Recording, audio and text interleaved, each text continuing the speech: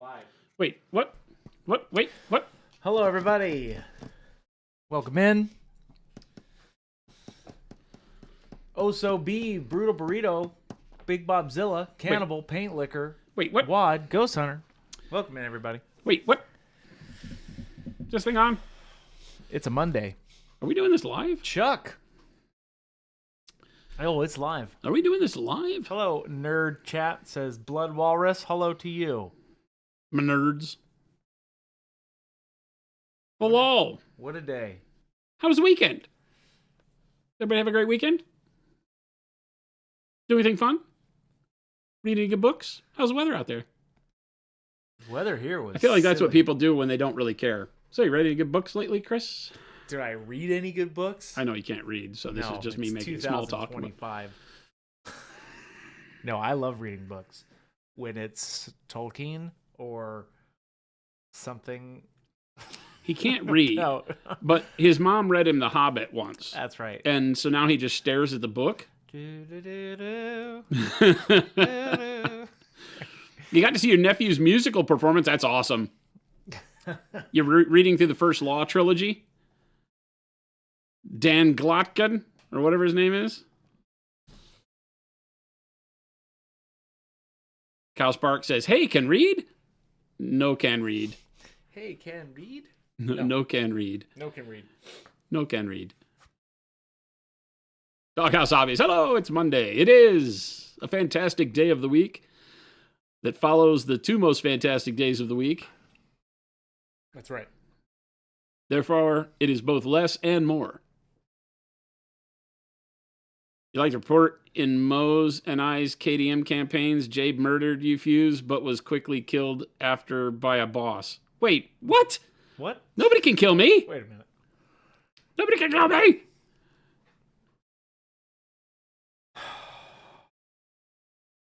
Wow. That was a big sigh, chat. I'm unkillable. All right. Unkillable. So look what we got here today for you, chat. We have this, which you're familiar with. This is the camel toe. I'm going to zoom. There it is. Show the camera. Silly. We did the camel on the toe last week. That's right. We've got this going on here, chat. And we have not done as much weathering on this side so that we can show you Some where differences. we were, where we're going. Yep. And today, we're going to do dot filters. Dot filters. Lots of filtering. Well, some dot filters and some street. We'll see how far we get. The next 2 days are filters, NEWSH. Yeah. So all of the filters done with this magic acrylic product called NEWSH. It's a great product. We're going to NEWSH it. Yes, 50 Bear. That's exactly correct. Something about camel toes and camels on toes and Jason being unkillable. I'm unkillable. Unkillable camel toe. Oh, we got rated Awkward Panda. What's going on? Speaking of a great Panda time. party. What's going on, Mantis? Awkwardish, thank you so much. We love that.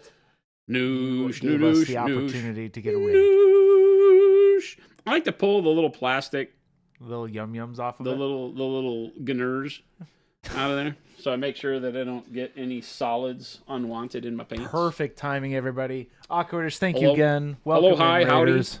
Hello, hi, howdy. We're gonna weather a tank. Welcome Well, in. it's a walker tank. It's a tank walk. It's a tank with legs and feet and a camel on the toe. There are flavor crystals you desire, though. Wait, what? Whoa, none of that. Wait, what? Look at this. Perfect time. That's not a thing. Welcome in, everybody. All right, so the first thing we want to talk about today, dig right in. It's a Monday. No time for dillying or Nope. dallying or dillying. We're just going to get right in and do the thing. The first thing I want is we did the chips with black brown. So if you can give me a zoom. Yep. Bang, right? All the chipping is done with black brown. Can we get my screen bigger so I can see myself bigger? Hey, yeah. Here, Christopher, That's it. can you do this for me? That's not very good. The the chipping we did with black brown. One of the things that I want to do before moving into colored filters, we'll be discussing a lot about how I go about choosing colors for filtering on vehicles. We've done a lot of the filtering with the airbrush. The way that we did our panel airbrushing gave us a really good filter already. You notice how we've got darker shadows on the bottom of the panels, and the way that we did it with the airbrush makes it look like that is kind of grit and grime built up. So it's kind of a pre-weathering, if you will. This is what it looked like after the airbrush and then some edge highlighting, right?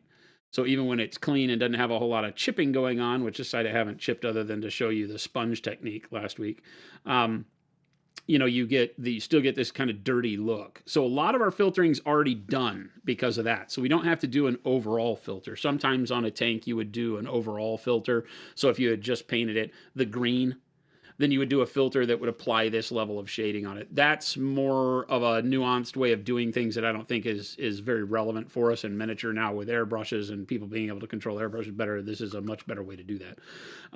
But we will be using filters for things like adding environmental color, oxidation to the paint. Obviously, this is not a junkyard tank. It's still in operation, so we don't want to overdo it.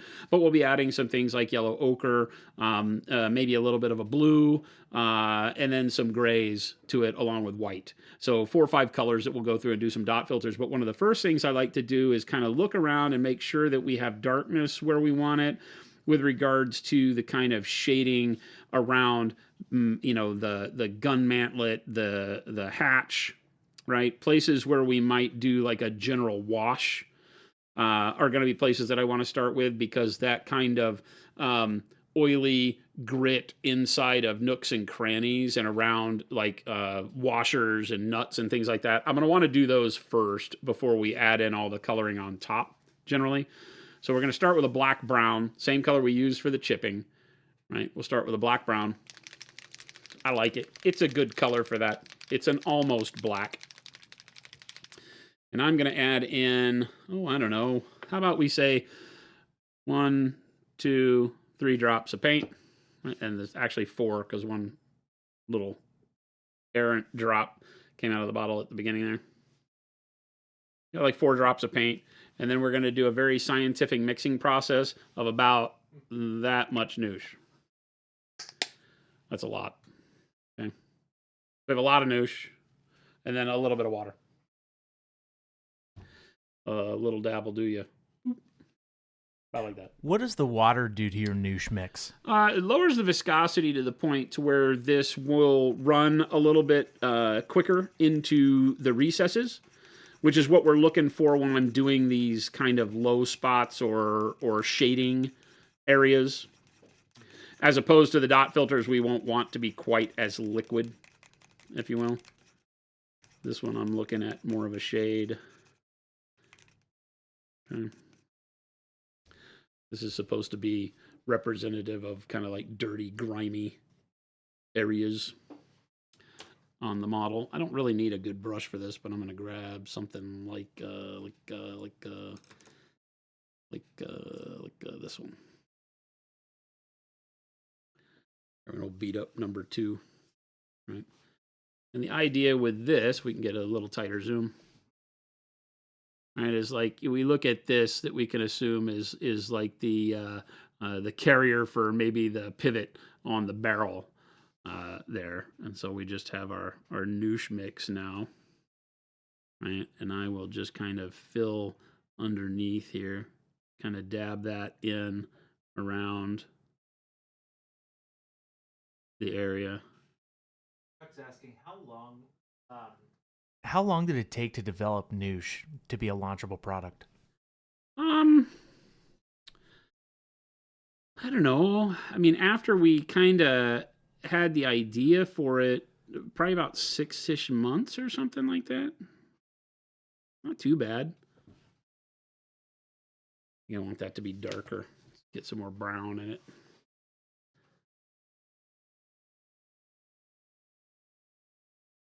Mike, he's asking, what's the working time of NEWSH? Depends. How much do you add? Like with what we've added here, we have a pretty sizable working time. So this would probably be somewhere in the neighborhood of, 20-ish minutes, maybe longer. The gang, there we go. The gang at Artist Opus did theirs and got like up to 45 minutes of work time with it. I've never stressed it that far on my own, but it's definitely available to. In Walking Harder, a good follow-up question to that, why would you use NEWSH over just doing a glaze of this? Because I'm being able to manipulate this in ways that a glaze wouldn't. So the whole idea with NEWSH is that I can put it on the model, and then I can go back and move it around. So see, I can dab this on in this big area with kind of out without really having a care. See how sloppy that is? Then clean my brush off real quick and come back with the brush and just kind of smooge that around, right? And so now it does act like a filter.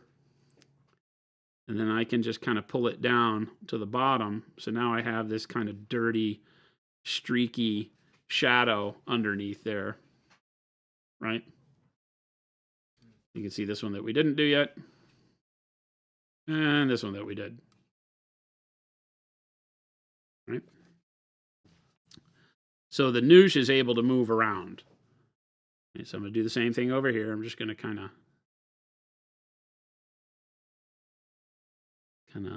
smush some in there. Get some inside the circle here. Right? That's done without any rhyme or reason other than to put it where I want to. Keep my brush now has been cleaned and is just a little bit damp. See, it has a little bit of shine to it. And then I can grab that and I can move it around.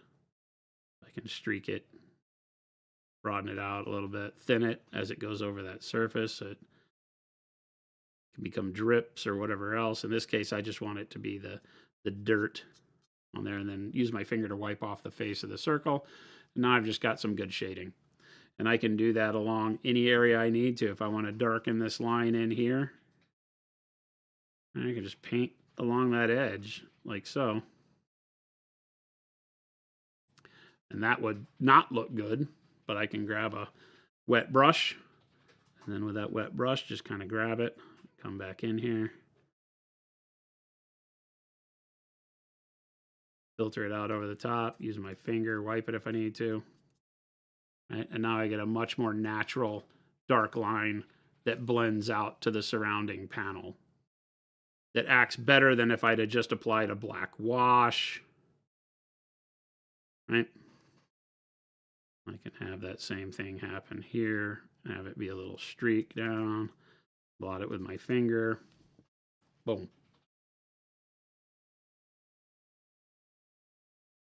Sarcastic Grandpa, sub for 6 months. Thank you so much. Always appreciate those subs, chat. You're all just tuning in. We're using some NEWSH right now, doing some additional weathering on this bad boy. Same thing right across the front of that same line. Get the brush a little damp, kind of push it back into that line. And I've got these Q-tips here that are pointed that I can get in there and just kind of move that around, smudge it. So I don't have it be an exact line. And boom, now I have a darkened edge on that front. Nice. Right? And you can see the difference in the darkness around the front edge here and over here where it doesn't exist. On that front edge there. Right? So immediate shading that prevents me from, or keeps me, I won't say prevents, but it keeps me from having to do something like a traditional, wargaming wash, if you will. And I'll just keep doing that. I'll have like maybe some built up around this little panel here. I want to outline that panel rather than doing a panel line wash, which on this surface, I don't have a crevice for it to go into necessarily. Right? It stands proud of a flat surface on the top of the turret here. So I just paint a little bit around it, clean my brush off, leave my brush damp, and then just kind of push the brush up into the edge and then back out. Right? And then that'll kind of stipple the edge around there. Right? And the same thing over here, just kind of push the paint into the area and then pull it back out.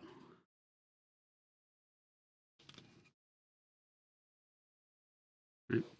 And then I can take my Q-tip, and in a perfect world, I'll grab another Q-tip here. That one was the one we used to clean our airbrush the other day, so I shouldn't be using them. Grab a clean one. These are just Tamiya modeling Q-tips, I think. They're a little bit stiffer, and they come to a point. So you're not going to find them at the typical makeup aisle. But you can, you know, dip those in water too, right? And with that soft edge, you can just kind of pull that color around how you want.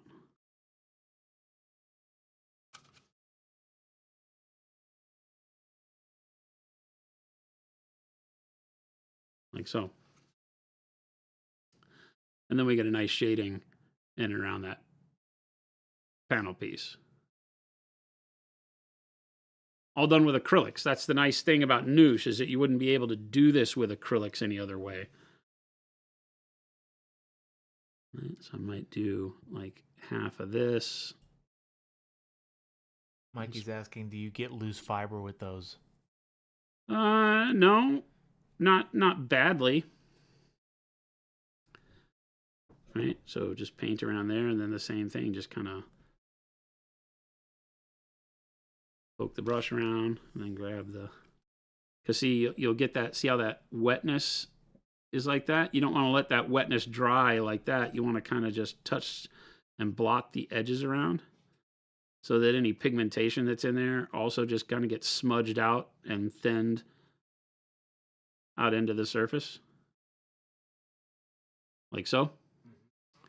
That way all of the darkness is built up on the inside, but it does leave a little bit of that weathering will come out away from it, so it doesn't just look like you painted a line around the whatever this thing is. Same thing here. We'll just do the same thing on this side. Don't have to be too exact. You can just kind of put it around there. Little deal there. Then I'm just literally rinsing the same exact brush in some water and then coming around and just feathering that edge to blur it again. And then grab the Q-tip.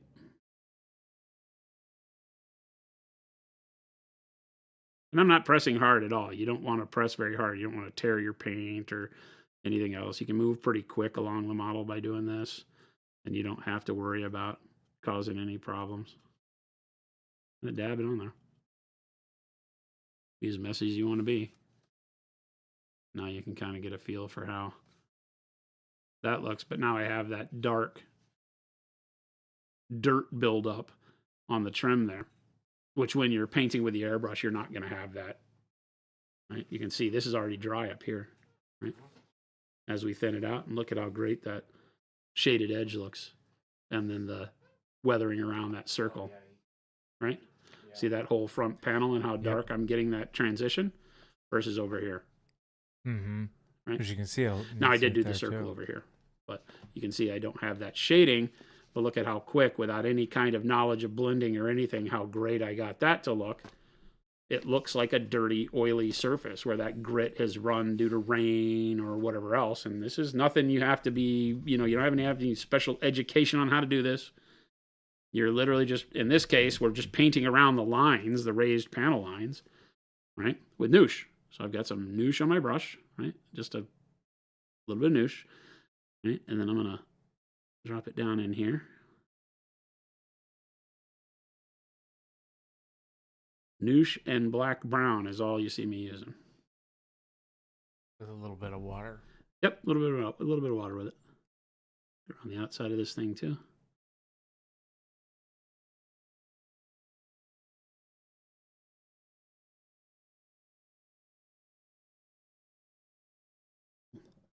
nodule here. Okay. And then rinse the brush off. I've got my lines, and then just kind of squib that line around, pushing the paint in towards the line and then out again, away from the area we painted. Raptor's asking, what brand / style / size brushes are you using? I'm using our own. We manufacture all the stuff you see us using here. Right. W40K tank, rating with 27. Welcome in, Raiders. Hello. Second raid of the day. Hello, everybody. Yes, we are W40K tank. We are weathering Some some tank today. For all you Raiders coming in, we're using our product called NEWSH to do some weathering. Welcome in, everybody.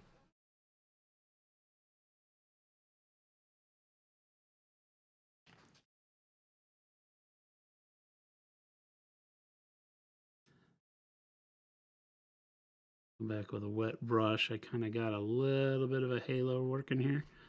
Take the wet brush and just kind of rub that around. Get rid of some of that halo and spread it out even more.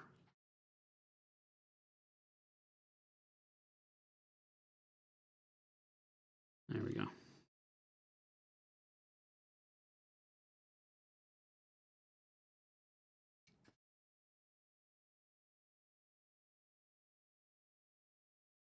You can imagine tank, just we keep painted working some around the tank. Nice.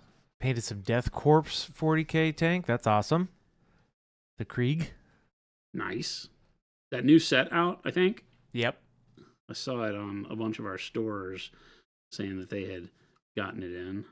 That's awesome. Yeah, so do around that.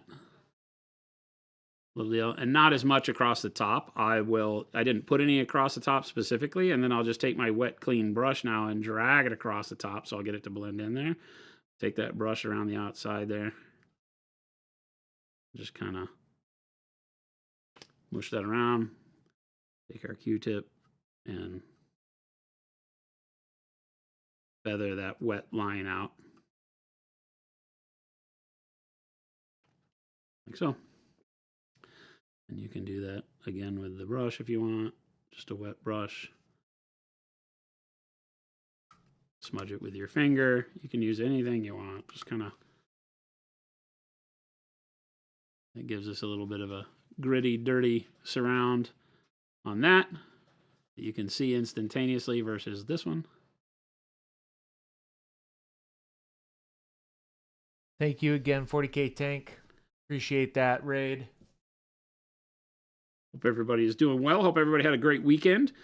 Same thing here. You know, the dirt is going to build up inside this circumference around here. So I'm just going to kind of take the NEWSH mix and do the 270-ish degrees around the bottom here. Like that. Clean the brush. Brush is now just damp with water. No more paint on there. And then just kind of run it in there down to the bottom.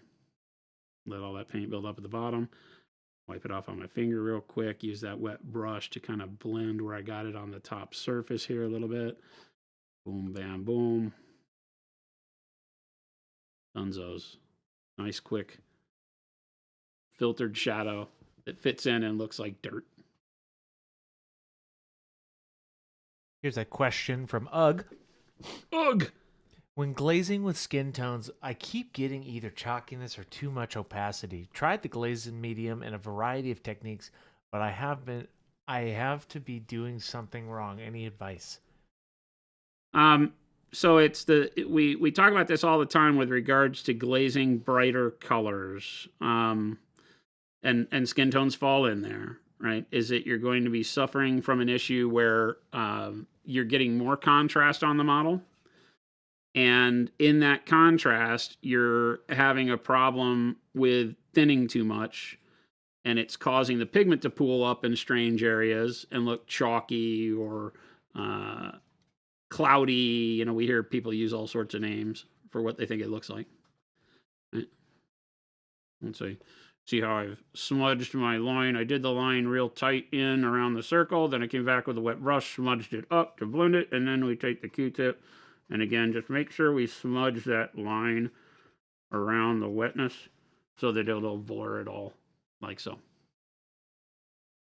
And then when that dries, just like up here, you just get that nice dirty halo around. You can see how this one looks like the you know, if you'd have done a wash, you'd got a nice tight line, but this nice tight line now blurs out to the edges, right? And fades into the body color of the tank like it really would. But when glazing with bright colors, the big issue is that you're now putting the highest amount of contrast on the model. It's not that the color's doing anything wrong. It's typically that you're over thinning. When you thin your paint too much and you try to glaze with it, you wind up pooling all the pigment at the end of your brush stroke, right? And so if your brush strokes don't all go in the same direction and push all the pigment to the same spot, then it's going to be little dots of pigment around that start to look chalky when it dries, or cloudy, inconsistent, right? You'll see more or less of the base color through the paint and it will just look odd.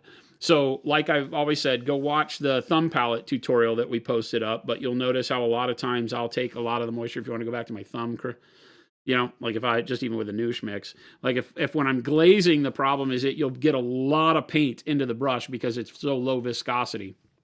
The more like water your paint becomes as you thin it down for glazing, the more paint will load into your brush. The faster it'll flow up into the bristles, get up into the ferrule, the whole nine. And so you'll have to be more consistent with coming over here and taking most of it off, right?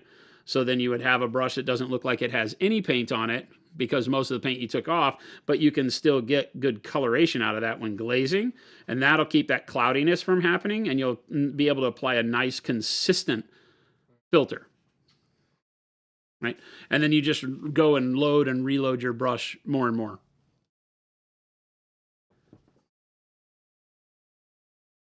Same thing, I'm going to do a little bit underneath here, and a little underneath here. Yeah.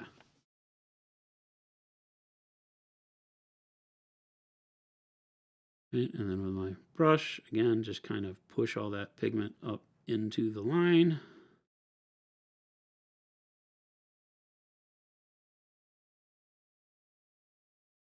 Use my Q-tip to smudge that around. Notice I've got that little pattern. You can see a couple of points where I pulled the pigment down. Just take your wet brush, squib it around until you get those looking more like you want them, right? You can hit it. For now, most of the darkness is right underneath there. Now this is starting to get to a point where we're doing this in a way more detailed way than you might normally do. So I'm going to take some of the black brown, hit these rivets.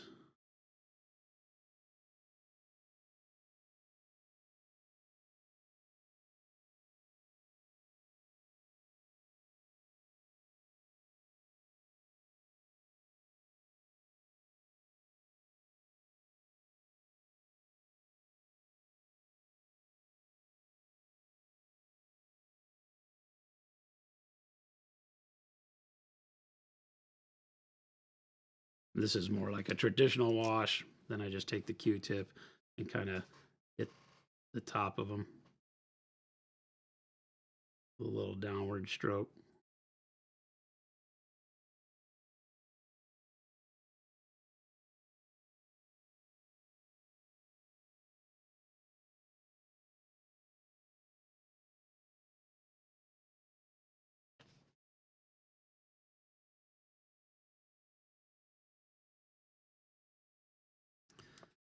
Yeah, and just very easy. Just put a blob of NEWSH on each of these rivets.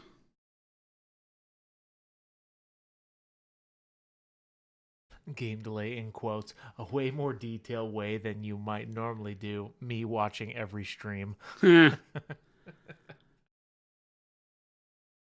Like in a lot of cases, you might just hit this with like a black wash to do the same deal on the rivets. And you wouldn't be wrong in doing that. We just have this here. And so I'm like, well, I might as well do it. You can also just take, once you've got the NEWSH on there, let it sit for a little bit, and then just take your finger real quick and wipe it across the top of the rivet. Maybe use a downward motion, so if your finger grabs any of the wet, that it pulls it down. But we're not trying to do streaking right now. We're just trying to create that little bit of shadow around the rivet. Right? So wait, you don't have to soak the entire model in it? No, you don't. No, you can be do pretty very, precise. very precise applications of NEWSH. You see us do that a lot, where we go in and just kind of drench the model. That's an overall filter. That's a really quick way to have the model get the shading and, Yeah. darkness to it. But there is nothing that says you have to do that. We did that with the airbrush on this, right? That's what I was saying earlier, is that the beginning of what we needed for all that shading was done very early on. Again, use my finger to get most of that. And I'm going to really take the brush and very quickly kind of just blend that down, get that whole little area of the ankle darkened up. But you can see how powerful this is, just using it as a specific placement color. And where the benefit of the NEWSH is versus a regular wash here is that when I put it on there, I can then, take it off, smudge it, use the wet brush, move it around. I have a lot of work time here that I can do to blend that into my surface, lighten it up if I don't like it, and play around. And you can see the impact of like that ankle and the darkness that we get versus over here. Yeah. D-Fresh, thanks for the demo on brush pressure a couple streams ago. It helped me so much with keeping my finish smoother on the model, especially with brighter colors. Awesome. We love to hear that. I'm glad it was useful. And I'm going to take quite a bit of this now. Oh, it's a nice big area. Yeah, quite a bit of it now, and build it and load it up towards the bottom of this little wheel here, like so. And clean the brush and take that wet brush stroke and bring it down to the bottom. Then wipe it off on my finger so I get rid of the pigment that's on the brush. Again, bring that big brush stroke down to the bottom. Right, and now I have a nice blended shadow on there, and I can use my finger to wipe that top surface off on the trim. And boom. Nice. It's literally that easy. Yeah. And you can just let that sit in there essentially? Yeah, it'll just dry. It just dries up? Yep. Works like a champ. And I can just use it like a traditional wash. Like if I just want to get these inner little divots, I can just paint it in there and leave it alone. I don't have to mess with it anymore. It will dry just like a normal paint. Takes it a little bit longer because the whole point of NEWSH is to allow you the ability to move it around on the model. Blend it, active blending on the model rather than a normal acrylic that would dry right up, right? Again, I just take the wet brush, wipe it off on my hand every now and then, and boom, that blends it into the background, dilutes it a little bit, gets it to thin in on those areas, and gives me my shadow where I want it. You can see, like, we don't have any darkness on this thing up here. The airbrush, the way that I airbrushed it, didn't give us a lot of shading up in this. If I want to add that, I just kind of bring the NEWSH in along the bottom, 270 degrees of that thing, and then hit the rivets again. And a normal wash would make this look a little funky, right? Because it wouldn't blend. You'd wait for it to determine what it wanted to do, and then I'm just going to take that again and just kind of rub it around.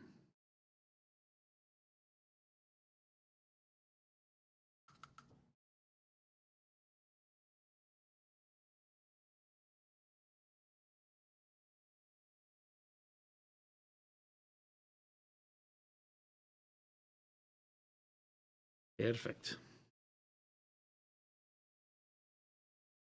A little drop right in the bottom of each of those panels.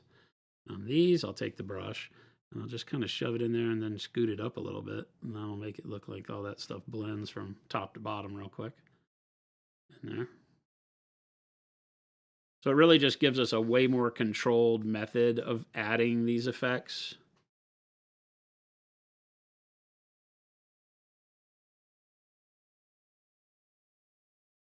When you don't want to have that kind of fake shading that washes can give you, because they just kind of go where they want to. This, I'm putting it just in the spots that I know I want it, because I already have a lot of shading on the model from our airbrush. So I don't need to overtake that. I just need to fill in the things that we like cut all the rivets with the dry brush, so on and so forth. I might want to go in and add a little bit right in that crack on the body. Get the clean wet brush and just do the same thing, feather it out on the side.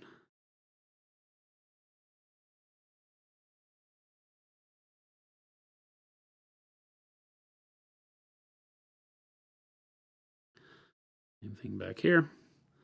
Just give that right in the crack. Take the wet brush and just kind of grab that edge and pull that edge over like this. It'll blend automatically out into the surrounding. And then you see me just take my finger and rub it up and down there. And now see how that kind of fuzzy shadow comes out from the crack? Makes it a lot more natural than just a panel lining.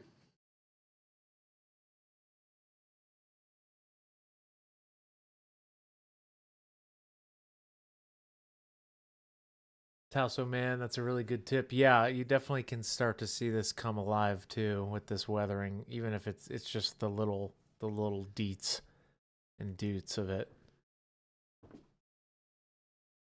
And deets definitely before doots. Everybody. Deets before doots. That is a science. If you've been paying any attention at all, the one thing you'll know scientific terms now is there's proof in science that deets before doots.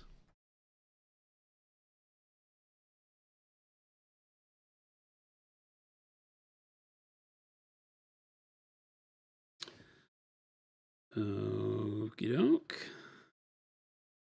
I do want to get.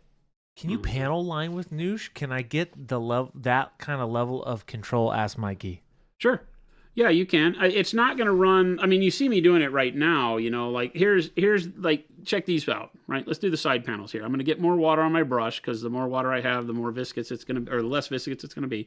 So you see, I have quite a bit of. If you zoom in, I got quite a bit of material on the brush. Right. Look how wet that is. Normally I wouldn't paint like that, but with NEWSH I don't care. See these panel lines? I've highlighted them, but they're not very dark. So let's get this and put the NEWSH in there. It's not going to run along like a normal panel lining would, but I can do that, right? And then I can grab this one. And notice it's also now darkened the highlight up. But then I take my damp brush, right? And I take that damp brush and just kind of turn it sideways, and I'm going to feather that out along the panel in both directions. Then use my finger to wipe and smudge it a little bit more. And now look how much darker those two are versus these two. See the difference? Instantaneous. So you can, it's meant to give you the flexibility to put it and paint with it, and then you don't need to be like perfect, right? If I paint this in here and I, kind of get all over my highlight, who cares? Because I just take my brush, leave a little dampness on the brush, no more NEWSH, this is just water, right? And then just kind of wipe that edge again, and then smudge it with my finger. Boom. Leaves the darkness in the panel, but keeps my highlight on there.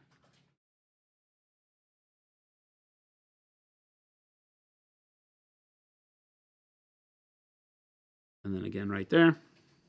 Rinse my brush real quick, bring it back with just the water on it, and make sure that I get all that stuff that might have come over the top edge, and then just wipe it. Bam. Doesn't get any better than that, right? Now look at those. Take a snapshot with your eye there, and then look at these. Big difference. Here we're relying on the shadow of the little inlet itself to give me my darkness. Here I've been able to do it on my own. And that I like a lot more. Way more contrast. Right? Same thing we did up here and back here versus over here. Right? You can see way less contrast. So this is a choice. You can do this. Looks fresher, newer. This, grittier and grimier. Right? You can see how this is building up in the wheel. There's nothing I'm doing here that you wouldn't be able to do on your own. I'm legit just running paint around where I want it and then smudging it around. It's a lot of fun playing with NEWSH. Let's look at this little area here where we have on the foot. It has a kind of a trim. So I want to get that trim darkened up. Again, just kind of take the NEWSH, very wet. And I can just literally just hit that with my finger and be okay with it. Dab it off. Yeah.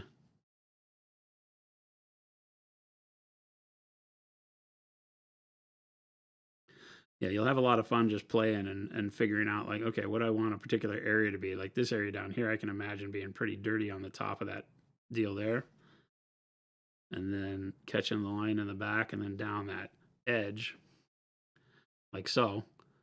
Right? But I've just now painted a bunch of slop on there, so rinse my brush off real quick, take that wet brush and just kind of drag it along there, along that same edge. Ooh, Yellow Square, first time chat. Please excuse the dumb question. No dumb questions. But is NEWSH a medium or is it a specific color product? No, it's a medium. Mm-hmm. I'm mixing it with black brown right now. So NEWSH is our subtractive weathering medium, right? Mm-hmm.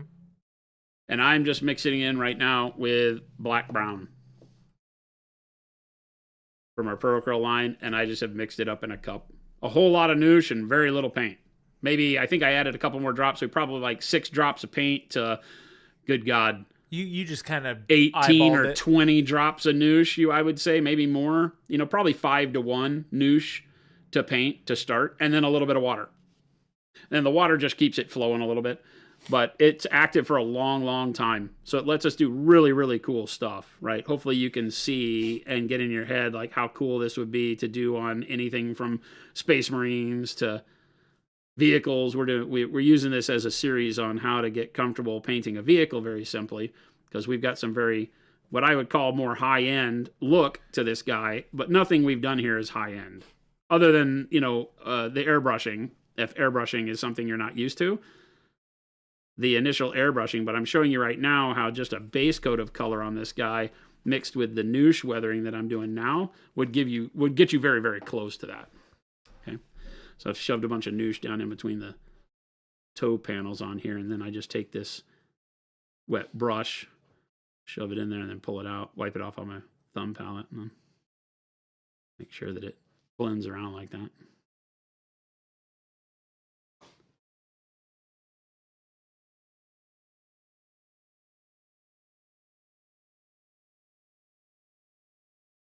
We've had a lot of people tell us that by using NEWSH, it's some of the easiest glazing and stuff that they've done, because you can literally take the NEWSH on your brush and like I showed you, take most of it off. But then I can come over here and I can pick a panel and I can say, okay, well, what if I want just a little bit of darkness towards like the inside of this foot? If you can zoom in real close, right, like that. Well, I can just take the NEWSH and I can just kind of feather it around and get a very, very quick and easy way to darken a panel up. Smudge it with my finger, and now I've been able to pull some darkness towards the front of that toe, like a glaze almost. So it does a lot of heavy lifting for us. And it really is just fun to play with. I take some NEWSH, raw NEWSH, and just dab it down into these recesses on the foot here and around this ring. You can see I'm not being careful with it. Derpstick, that's a great question. Besides making stuff look grimy, what other colors could you use NEWSH with? Well, I'm going to show you quite a bit as we get into dot filters here, but are still really meant to be, you know, like environmental weathering colors. But you can kind of hopefully get an understanding of what you can do with it. Any color you could use. We've had a lot of people say that they use it with brighter colors to get inside crooks and crannies for glow, like OSL style glow.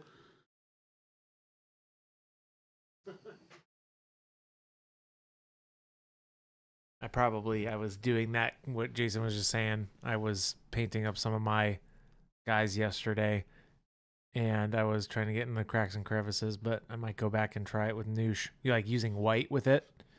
Yeah, you could use white with it. All colors are Lumberjack, on the nice. table. You can do whatever you want. Lumberjack, I've done glow effects with it. Yep. Nice.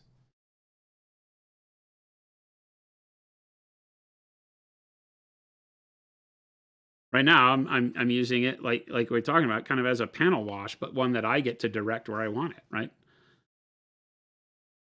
Nooks and crannies, darken panels up as I need to. Right, so I can use it as a filter if I have to, whatever I need.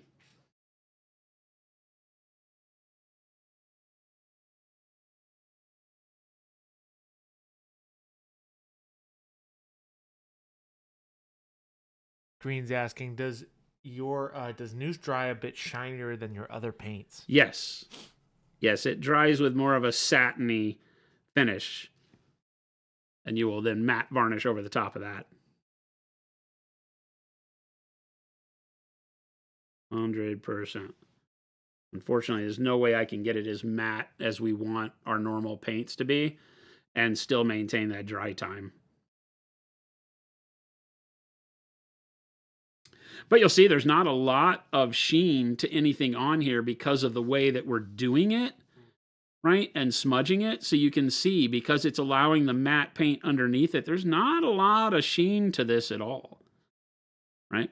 Now, when you do a full model filter, right, you dip the model in it like we did with this guy, right? So we took and did the Dreadnought, and you can see a little more sheen to the model than you would with our normal Pro Acryl paints by themselves, because we did NEWSH on him entirely. Like, I took black brown and did it, like, basically dipped him, bloop, and then pulled him out, and he looked like the Mud Man, and then wiped it off with a makeup sponge to darken the whole model. That overall filter will leave more of a sheen, right? But as you can see today, doing this over the matte finish, there's not really much of a shine. See all that darkness, those dark smudgy areas on top? They're not really shiny at all. And we did all of that with NEWSH today. Look how great that little hatch right there looks. Oh, yeah, it looks great. You definitely can see this is just the precision stuff. I haven't tried that yet. Yeah. But it's definitely giving me some ideas. Valdemar, are you painting in standing pose? Yes, he is at a standing desk. If 100%. so, did that change your painting technique at all? Technique, no. My pleasure of painting, 100%. Yeah, you talk about your posture a lot. Yeah, posture, the ability to paint for long periods of time without fatiguing, right? Sitting down is almost impossible for me to do nowadays when painting. When I sit in a chair, it hurts my neck and shoulders, and always did. Even when I was younger and it didn't matter, it still hurt. It still sucked. As I got older, I found that, a standing desk made a lot more sense. From a standpoint of just being able to do this for hours and hours on end. When we first started streaming all those years ago, a lot of what we did was, 5, 6, 7, 8 hours a day. Those of you that have been here for a long time know, right? We used to stream for hours and hours and hours. And so in order to maintain that stream time, we had to do something to get our bodies to not fail on us. And now I'm old, so I've been doing this long enough that I'm no longer in my 40s. So again, this is just a wet brush. I already just spread the NEWSH around everywhere, and now I'm just taking the wet brush and between it and my finger, dab around there to get that blending out from the... Kaida's asking, I'm just got my latest round of supplies from you all. I got the transparent set, a signature set, and had to get the Nova Orange. I'm long out of storage in my Go Bag Evo. Do you guys have storage suggestions besides the Go Bags? Storage suggestions the size of the Go Bags. Another Go Bag? Is that what you're asking? Besides the Go Bags? Oh, besides Go Bags? Kind of, you could... Like how many Go Bags do you need? The storage trays, right? Yeah. The paint trays for the Go Bag are the best way to do that, because you can get multiple of the trays. And then what I do is I just take the trays I need with me when I travel. That works really well. Yeah, definitely having multiple trays for different, workups and such, especially as you're going. That's definitely the way to go. Get the front of this knee here. I'm only doing one side, basically, so. And we'll do the underneath of these. Hoosier, thank bolts. you so much for that subprime 14 months. Hoosier! We appreciate you. We always appreciate those. And again, just real quick, I just did very sloppy smiley face lines. And take the wet brush around the circumference there. Let that blend. Right, maybe streak it down a little bit. Same thing here. Wiping it off on my thumb as I go if I see too much color with it. Right, maybe streak it down a little bit. Then Denzel has kind of a longer question here. Loving the tank series so far. I do have a question about layering and the order which the shade, mid, and highlights are applied. I know it's obviously subjective and down to preference. I see you guys generally going SMH, whereas others, such as scale modelers, go MSH. I've seen MHS. Do you have any personal pros or cons to each method? So for me, I jokingly say that I'm part of the Da Vinci school of thought. And that was unknowingly, right? It was only later in life that I found out that Leonardo da Vinci kind of, propped up the idea that you should start from a black canvas rather than a white canvas, or a natural light mid-tone canvas. His concept, which works for me because of the logical side of my brain, outpowering the creative side of my brain quite often, is that, without light, there is no color. And so we start from darkness, and as we add light, we gain color and value and all of the volumes that make the world three-dimensional and good to look at, right? And so in that vein, I have always painted from dark to light. So I start with the shade, paint to the midtone, and then the highlight, because it helps me define the directionality of my light. Right? I'm always painting towards my light source because my shadow is the whole model. And then after the shadow is the midtone. And then after the midtone is the highlight. And they're always having to move closer and closer to the light source. The highlight will be the thing closest to the light source, midtone next, shadow last. So for many people, when I teach, that's what makes it click. They're like, aha. And that works. Not for everybody. Some people like to start out with their mid-tone color and then go find their shadows, right? And it doesn't matter what level of painter you are. It's not indicative of your knowledge base or where you are on your journey, right? It's more of a preference thing. So is there a right or wrong way? I think you have to ask yourself that. There's a right and a wrong way for you. And that's a little bit of a cop-out, I know. But that's the truth, right? Whatever gets the model done is the right way for you. And I have no problem with that being the case.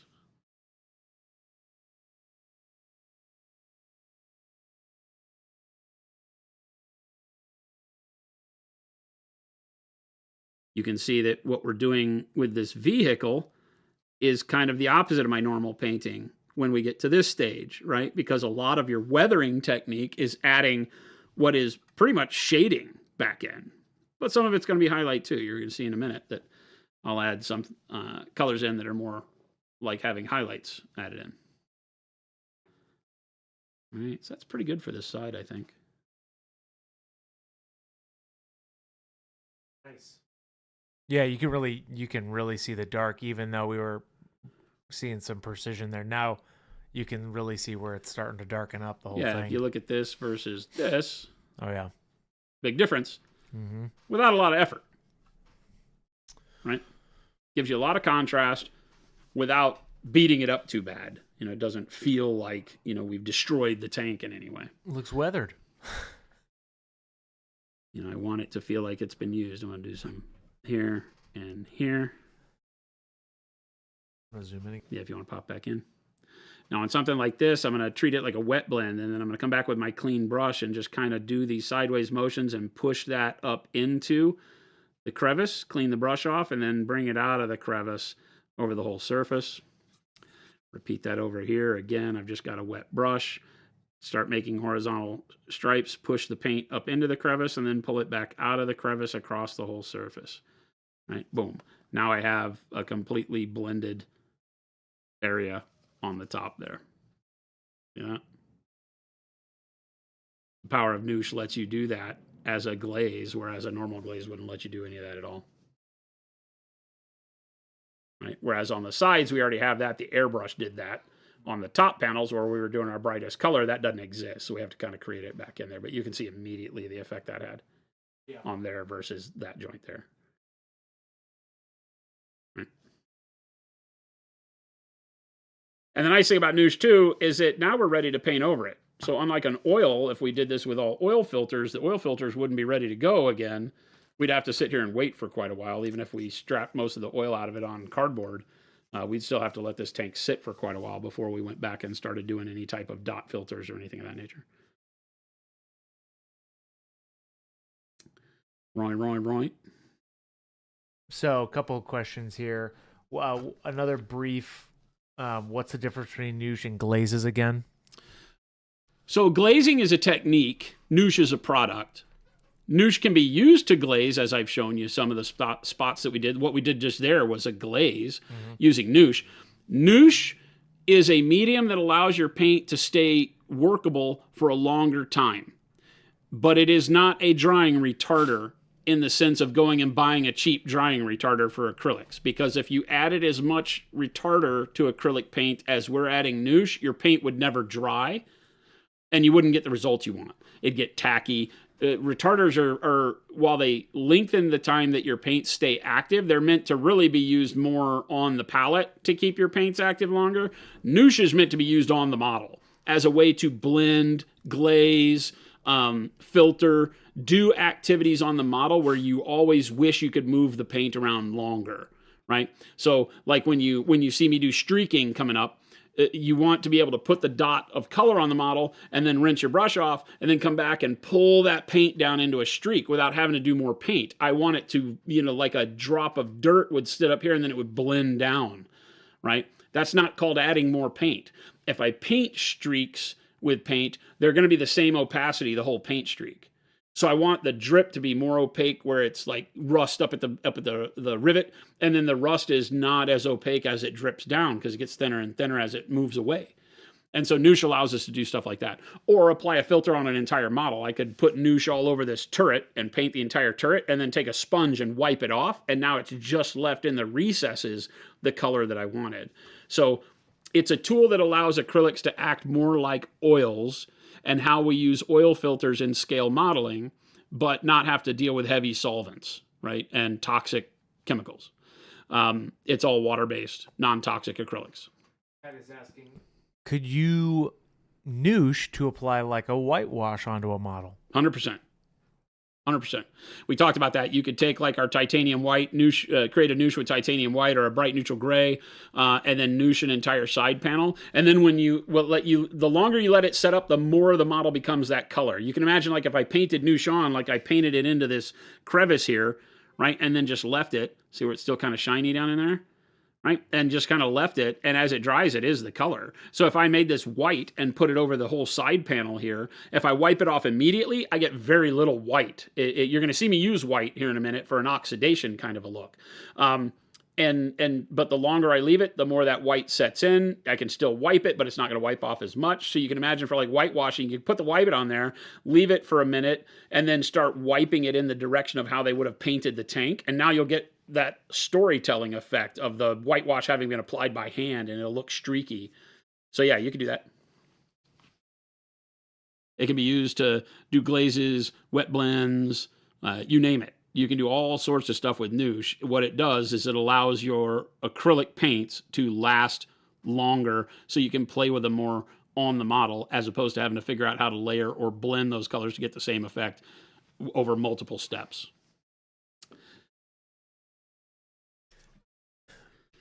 All right. So I you just saw said something I wanted to do. you it's on here. you said the other side you're going to show the oxidation, correct? Or are you going to This do side. that on this side This too? side, yeah, Got I'm it. trying to just weather this side so I can continue to turn the model around and show you at each step the power of the weathering versus the non-weathered side. Because remember, we did start this using airbrush as our first weathering technique, right? The airbrush allowed us to do the first weathering on the model. I'm going to zoom in again. Yeah, doing around these bolts. Brutal burrito. What would happen if you airbrush NEWSH? I personally haven't tried it. It's not, it's not something that I built it for, so I don't know what you'd be looking to get out of it. Doesn't mean you couldn't try it. Like I said, play around with the paint, see what you get. You could do it probably for coverage, where I tried as in just using a massive hobby brush and just scooped it out onto it. Yeah, I don't know what it would give you, guess, right? right? Because when you atomize the paint, it has a quicker dry time no matter what. So with NEWSH, I don't know that it buys us anything. Out of the airbrush, you mean? Out of the airbrush. I'd have to play around with it and see. Right here, I'm going to do some blending here. I want a darkness up on the top of this panel. So I'm going to load it with some NEWSH, like so. So this is kind of a glaze / wet blend again. So I've just kind of done it up at the top. Now I'm going to get my brush. I just rinsed it real quick and I got some water on it. Again, I'm going to make kind of horizontal motions like this. See if I can get it centered there so you can see it. Right, I'm going to make these horizontal motions. Push this up into the NEWSH. Keep moving the NEWSH up to the spot where I want it to be darkest. Wipe my brush off on my thumb real quick and then come back in there and pull that down again across the whole panel, always using that horizontal motion. Okay, and now I instantaneously get a nice dark blend that has no edges there, but I've shaded that upper part into the lower part. Probably want to make sure I get all that a little bit more even down in there. Right? So see how easy that was? Look at that blend.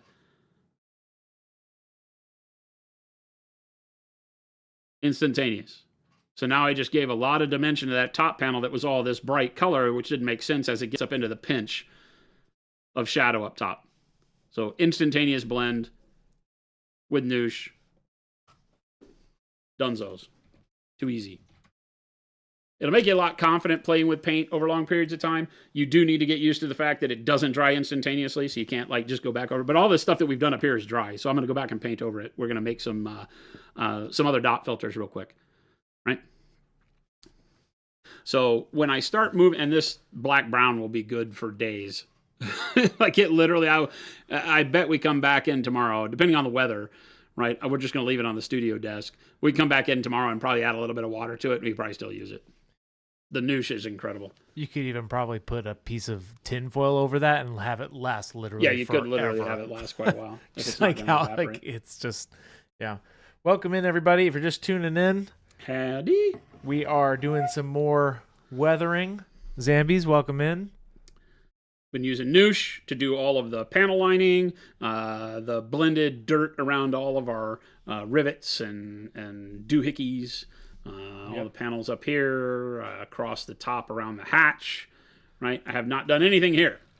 So you see where we started with just the airbrushing as a weathering technique over here. Airbrush and dry brush is all we've done on this side. A little bit of sponge of, I did show us on Friday how to use the foam to stipple scratching on, right? So I did a little bit of that. But this is all like the fade of the green and the weathered of the green pattern is all done with the airbrush. Going back to the question that happened earlier, why I paint dark to light lets me do this, right? This would be very hard to start with a mid-tone green, do the highlight, and do the shadow, right? Because the shadow would feel like it sits on top of the color if you do that. If you start with the shadow, all the color sits on top, which is kind of the way it works from a physics standpoint, right? So you start with a dark camo green, then we go to camo green, right? Then we start adding 50-50 camo green, faded green, right? And then a little bit of faded green at the top. And so the baked in way that I've shown, if you go back and watch the beginning video, the way I showed to airbrush your individual panels bakes in that weathering. So all the shadow at the bottom of these panels was done with the airbrush, right? None of that was hard. That's just the way we painted the vehicle. Turns out, boom, you're nearly done. Dry brush it, get all of the highlight on there with faded green, and then you could pretty much just, paint the details and be done. It's a really quick way to do vehicles, and we've talked about that at each stage where you can stop and get a great product, and you can keep going too. So on this side, we keep going. Now we're doing all of the weathering. We did the edge scratches all with a brush, so we painted all of the detail scratches. Can you zoom me in one more time? Right, you'll see all the scratches along the edges. That's all done with brush. Right, the bigger scratches with brush. I stippled all these on there. Right, took my time, really got a good random patterning. We then went back with a little bit of, I believe, burnt orange or burnt sienna in there, just to give it to where it's rubbed in raw on some of these bigger areas on the feet where we get a little bit of rust or banged up to bare metal, because you can imagine kicking rocks or whatever, whereas we won't have that kind of deep, huge dings and gouges on the rest of this necessarily. But down on the feet, it can get a little bit more brutal as the paint rubs off. Right? And now we're going to talk about another kind of use of filters, which is dot filters or smudge filters. There's all sorts of names for it. Typically, we call it dot filters because in oil painting, you would take little bitty tiny dots of lots of colors and do like the entire side panel of this turret with, like blues and yellows and reds and whatever. And then you would mush them all together and mix them all together. With NEWSH and acrylics, we can't be that aggressive. We can't do like 15 different colors of dots, lay them all out, take the time to lay them all out, and then come back and expect them all to do. You will get actual like little stain rings from where the dot sits on the model.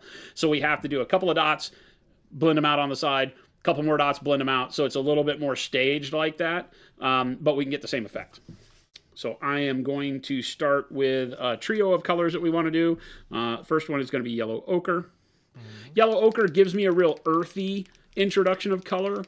We've already used black brown as our scratch color. Normally I would also use black brown. I'm not going to use black brown because we already have a lot of that on the model, and I don't want to darken it up too much more. But had we not airbrushed the way that we did, I would use black brown, and I would put most of the dot filters in the shadows so that when we put them on the tank, it would then give me the shading that I want. Right, okay. So I'm going to do a couple of drops, 3 drops of yellow ochre. Right. Another color that I want to use here, of course, is white. So bold titanium white.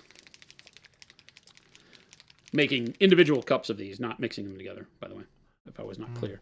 So same thing, we'll just do like 3, maybe 4 drops of bold titanium white.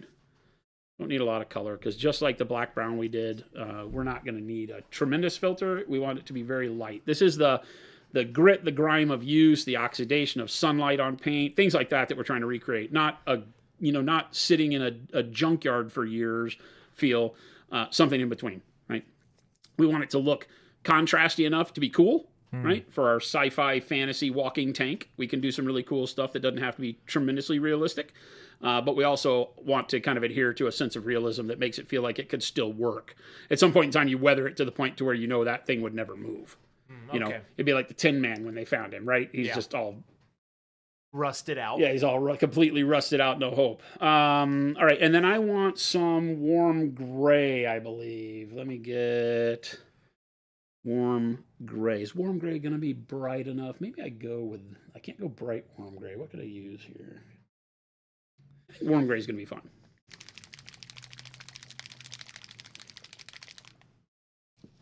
Now you're separating these because you're going to have different stages. Well, we're going to have to do them independently. Yeah, you're looking to kind of blend them in a layered sense. Think of each of these as a different environmental effect, right?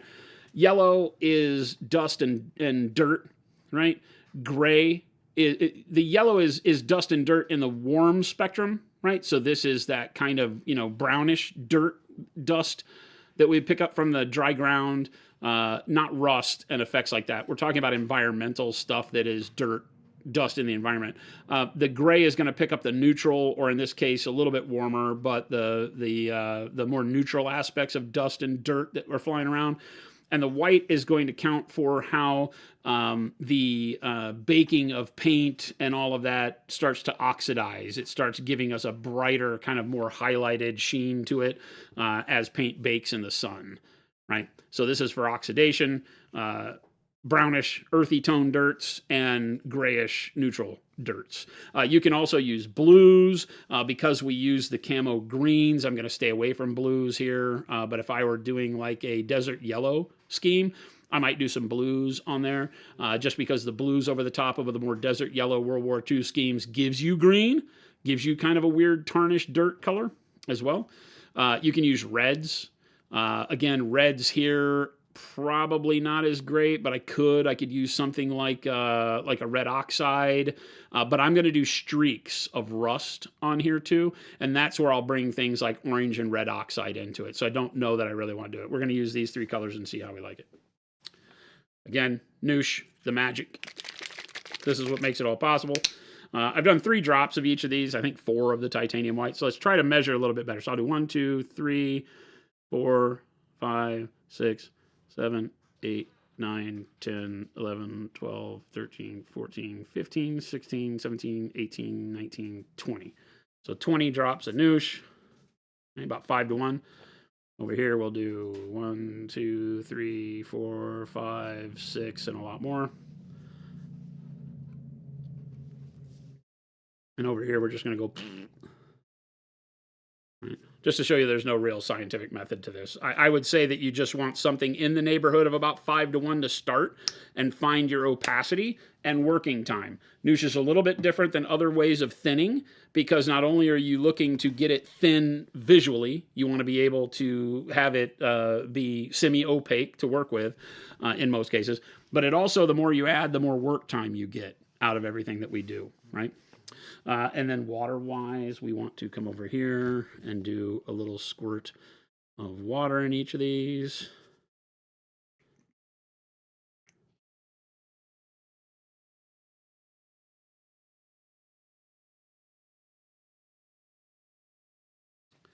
And then we want to stir them up with the butt end of a brush.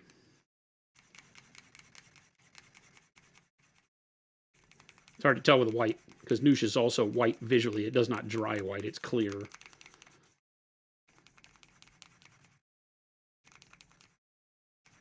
we just have to trust there's white in there. You can rub it on my skin and see. Got a pretty good amount of white going on there.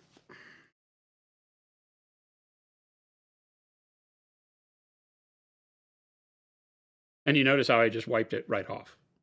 You can't even tell there was anything there. The yellow ochre. Once you get going and start playing with NEWSH, you're going to use a lot of it.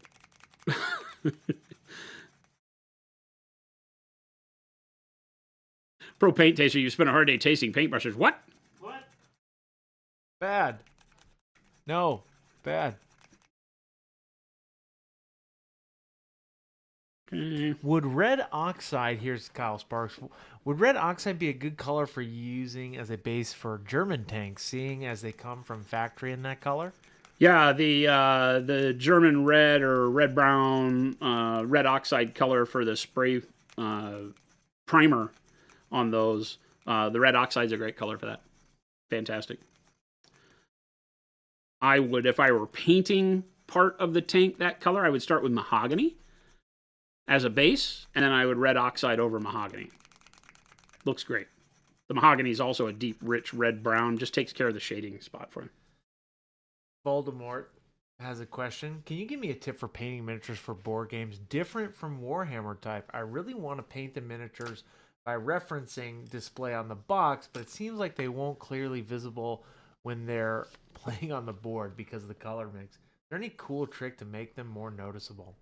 Well, you're talking about high contrast, right? That's the trick in anything in miniature, right? Is the ability to tell that there are different things on the miniature when you're looking at it from the 3-foot test like that, right?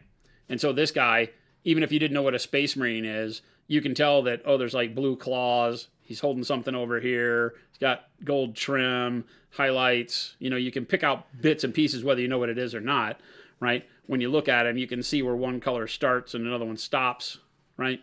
It's all about highlighting so that you have contrast on the model. You can see where light is. It gives it form and volume, as opposed to just painting the armor red and then setting it down. If all of it's the same red, you're relying on the model to cast its shadows, and you're not going to get that contrast visually. And so on the table, yeah, it all muddies together. So that's what we spend all of our time here teaching. Right, 100% of our time here teaching is about values and volumes, how to get bright to dark correct, so that this all looks like something, and you can tell the shape of the cylinder of a leg because of the way my shadows follow that form. Same thing with the cylinder of the jetpack, right? The dome of the head. Everything is highlighted properly to give you the aspect of how it's coming at you, going away from you, what's in shadow, what's not in shadow. That is painting 101. That's what we're all going for. And so the smaller the miniature, sometimes the tougher it is to find the right contrast. But also that is the key, like what we're doing here by adding shadows, right? Being able to darken panel lines. That's why we do that, so you can see the sections of armor, because if I didn't do that, it's harder to tell where the armor sections are. If you look on this side of the leg, yeah, I can tell that there are panels there, but they don't stand out as much, and depending on what light it's in, you might not notice it. Whereas on this side, I've taken the time to do that, and you can see the delineations of the panels 100%. Yeah, it definitely helps with the 3-foot rule when you start defining that kind of stuff. Yeah, when we paint in miniature, the big goal is to overdo it almost. Like you want more contrast than you would find in real life. If you just look at photos and references, you won't find that kind of contrast in a person standing 20 feet away from you. You have to paint more contrast into the model. We use things like black wash. So you'll paint say they got a red coat, blue pants, and a white hat. So you'll paint the red coat, blue pants, white hat on the model, and then their flesh color, and you can use just a base color. All right, and then dry brush it real quick in a brighter version of something, bright gray or something, to bring some contrast onto it, and then put a black wash over the whole thing. The black wash then adds shadows to those colors, dumps those shadows down, then you go back with those same colors, blue pants, red coat, white hat, and just do some highlights. And so that's the simplest way to do it without having to learn how to mix colors and such. So I know that's talking about it as like, hey, here's 2 circles, finish the owl. But literally just hang out here. That's what we do. We teach you how to do all those things. All right, get me zoomed in. Close. We start on this panel here with the white line on it, right, the side panel. And just kind of back here at the back, I'll start in with a little bit of the gray first. So I'm going to get some water on my brush. Then I get a little bit of the gray paint with the NEWSH. And I'm just going to quickly dab some of that around, right? Then I'm going to get my brush wet and just streak that on the model.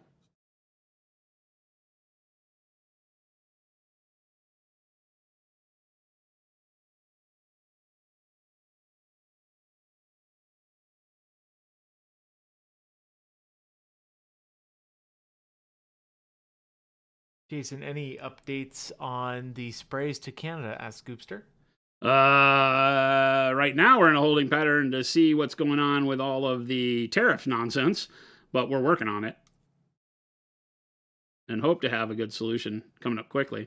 So I'll just put some of that on there and then immediately start kind of squibbing up and down with it over the panel.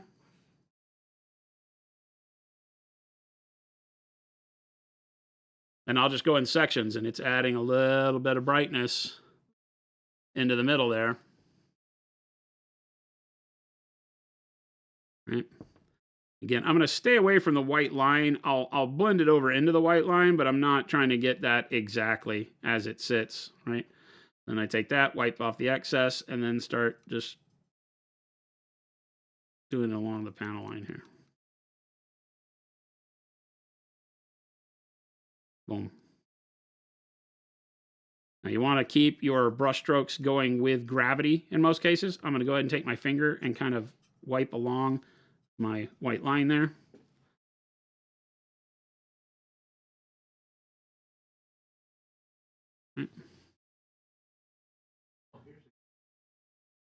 Colonel, question, Jason, wouldn't it be better to just do streaking instead of the dot? You can still see a bit of the dot. I mean, you can't see any of the dot once you've blended it out. Mm-hmm. They're all gone. The The idea here is just to randomly place it around so that your paint is starting from a different location, but you could just streak it if you wanted to. I like doing this because it gives me more intensity wherever the dot started, right? But you don't see the dot once you've blended it out.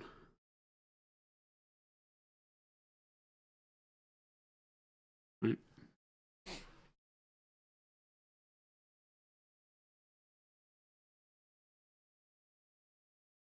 And it's probably just a holdover from me having done this so long with oils. Can you, on the puck, zoom me out just a hair? Yep. Bingo. I like that. Good. Yep, I like that. Perfect. Right now, I'm going to go in with some of the yellow. Same thing. Right? And I just kind of want to rinse my brush out real quick. Same deal.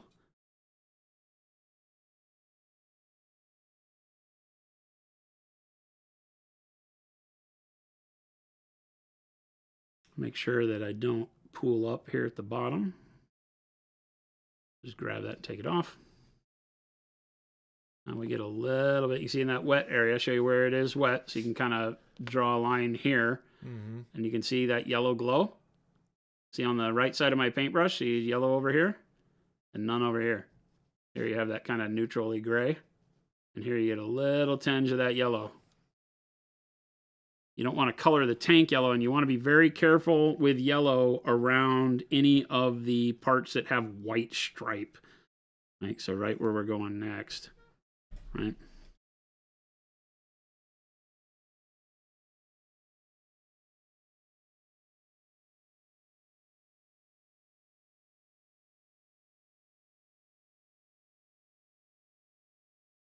So intentionally staying away from that and kind of dab my finger along the bottom line there.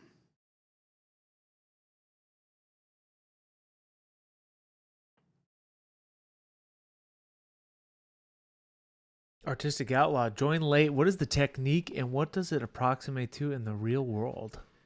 Well, this type of weathering is a filter, so it is bringing earth tones up onto the model.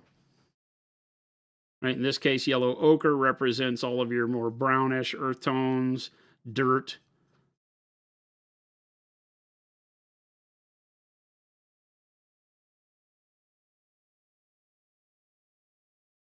Bring a little bit over into our white, but not much. I don't want it to turn yellow because we also have yellow numbers on the tank, so we don't want to go too far.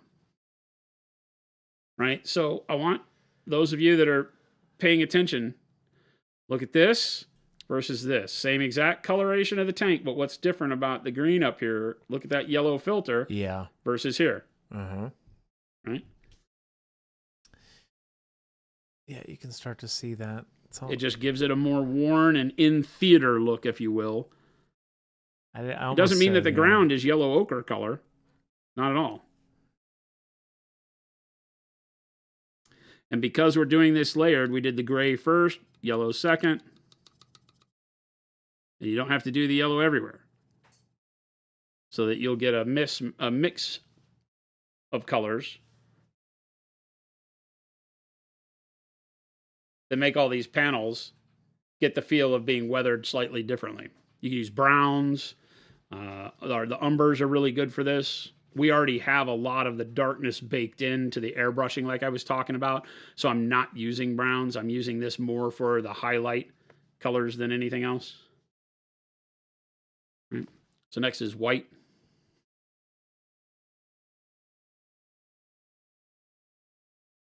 Right, so this pen, right where I started from. White I just kind of want up at the top.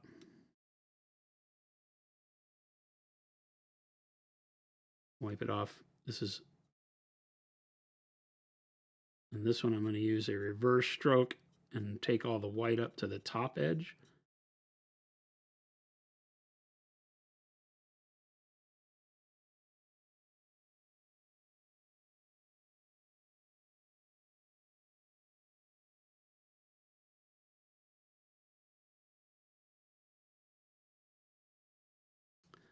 Kind of keep it in pockets so it's just like right there, then over here.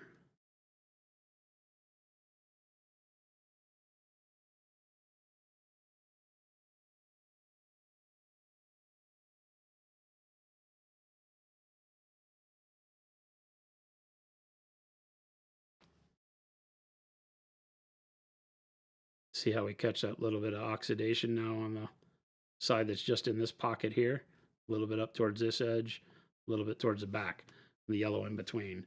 So that variation is what really starts giving it its character, like it's been outside, things that you can't create easily any other way. All right, so I can put a little bit right up here, and maybe some right here. And again, just kind of stay in this area here.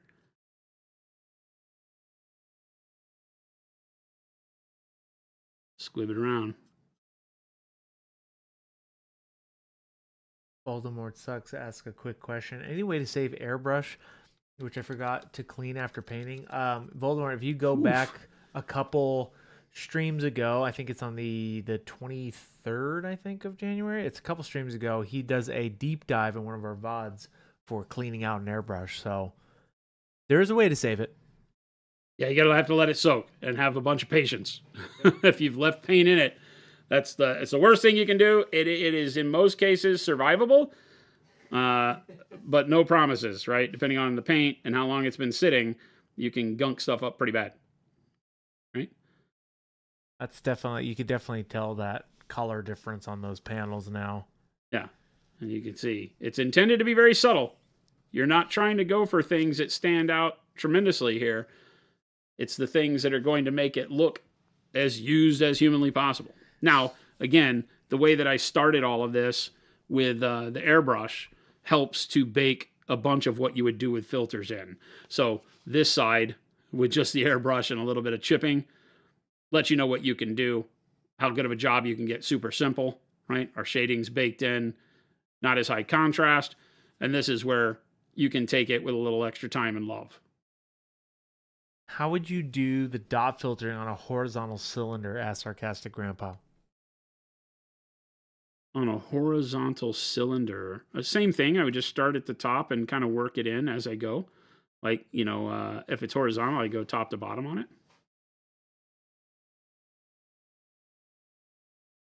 The streaking, the way I'm blending out the filters is, like I said, typically to go with gravity or direction of motion sometimes, depending on if it's the front glacis of a tank that, you know, it would still kind of streak downwards on here.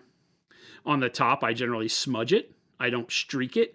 On the top, I'll smudge it around, right?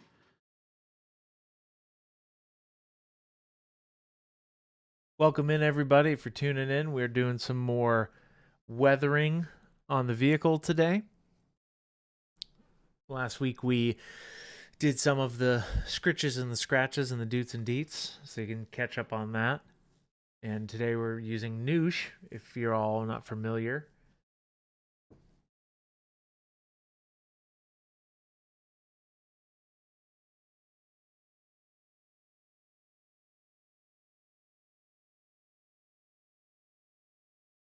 Rattlecan, welcome in.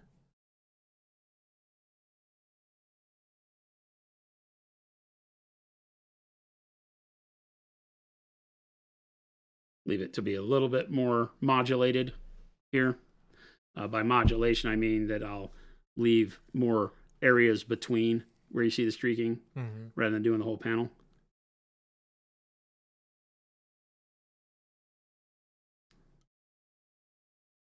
Can this be applied to human skin tones as well? Asked Voldemort. This type of filtering? I think so. I think that's the question. You could, I guess. It's not I mean, the streaking part is a little off-putting for flesh, most likely. Doesn't mean you couldn't do it. I probably wouldn't, but this type of filtering could be used for flesh. I just think the streaking might be something you'd avoid.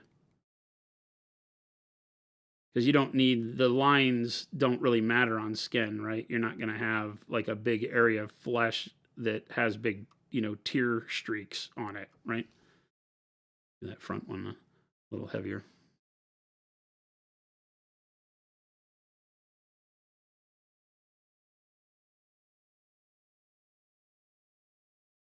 Although I don't want to cover up that nice shadow I had, so I'm going to get some more water on my brush and thin this out down at the bottom.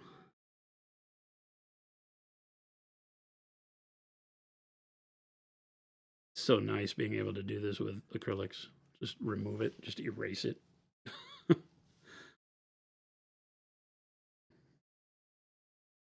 Okay, so you can see that kind of, you see the gray hazy streaking, but it's done in a way that doesn't feel like brush strokes because of the way the NEWSH will blend it in there, right? It just looks like that beginning of oxidation. Again, that modulation, you can start seeing it up here, that cloudiness here. Now it's gone. You don't have that here. So it just brings a big picture of realism into it that is very difficult to get any other way. Again, just kind of stipple along a line where I want this color to originate from. Clean my brush off, and then come back and streak that around.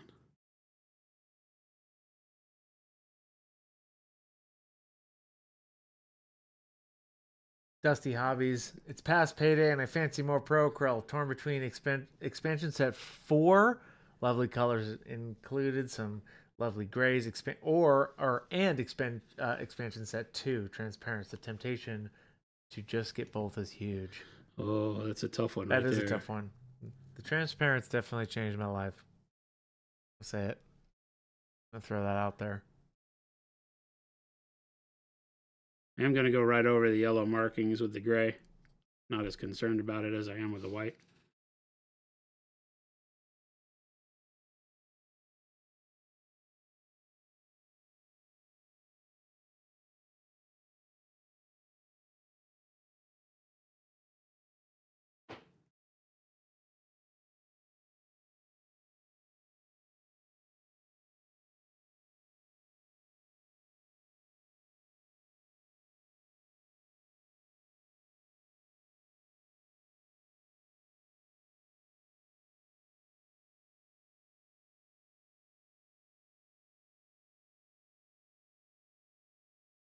Down here, I am going to go with it more of a glazing approach on these areas where I can't really get dots in here that make a difference. So like right there on the outer edge of the foot pad. Same thing here. I'm just going to start and just very quickly kind of glaze the gray in, wipe my brush off, come back and feather out those edges.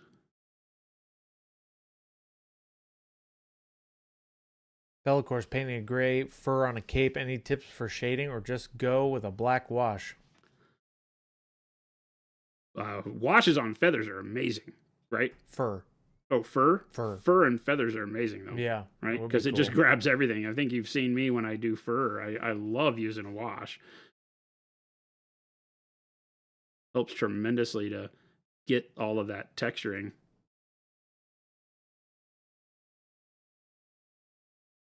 Voldemort, think you're the best painter on Twitch, Jason. Never ever seen someone using such paint methods. Well, these are what I'm showing you here is all old school weathering techniques from scale modeling. So building like military models, planes, trains, and automobiles, tanks, stuff like that. This is where I pick up a lot of how I paint in general. I've been doing that for decades. And so it just makes things super simple because we didn't have products for specific tasks. We didn't have like weathering products, right? That wasn't a thing. So you just had to kind of make do with what you had. And so how would you take an oil paint, let's say, and turn it into something that made it very simple to alter the color of a surface without losing the color of said surface, if that makes sense. Right. That was a really good pass right there. I can come back with the wet brush and get rid of a little bit of that up under the crook here, but that was nice with the gray on that wheel, that running gear. I guess it's running gear. I don't know what it is. Don't know why that wheel exists. Right.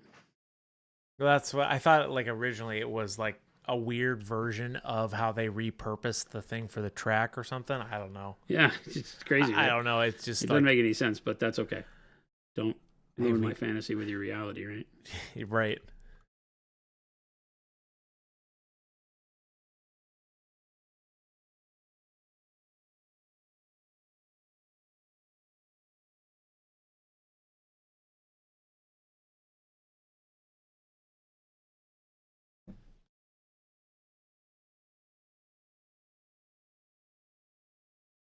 If you can tell the difference between that and this. Oh yeah.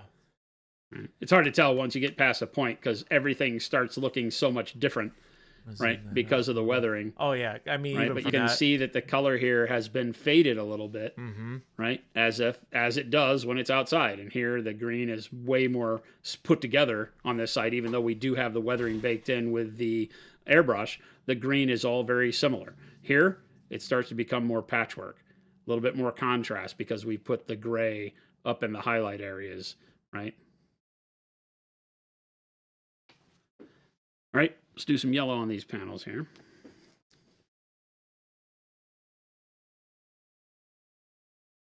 All right, so let's say I've got just a little bit I want to do over here.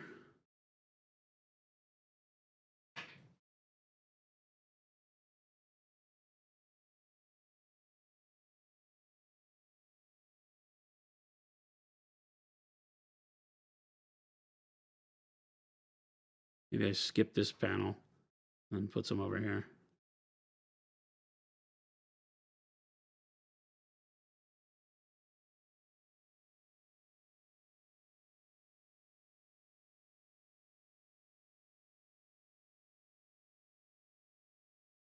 Don't have to go all the way up or down. You can just kind of play around with it.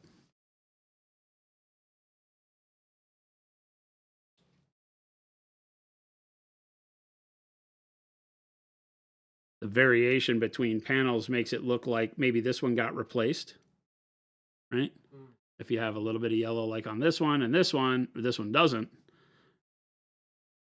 A little bit up here, a little bit over here.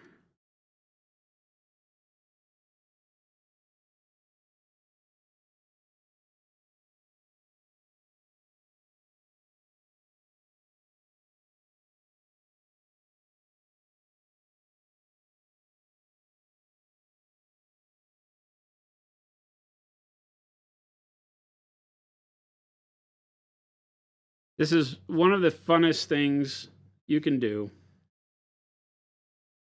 in painting if it, I guess it has to jive with you. I can't just say it's fun for everybody. But for me, this is one of the most fun things you can do because you just get to play. You're not going to ruin the model no matter what you do.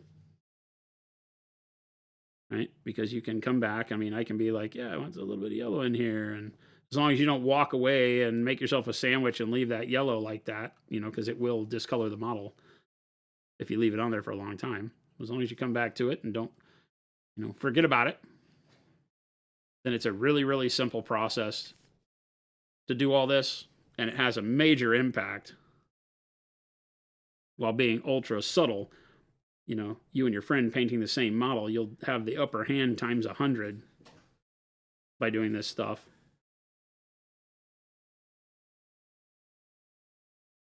Hoosier, have we gotten the February challenge yet? We briefly talked about it last week, but we have not. No. You said that was Baby J's deal.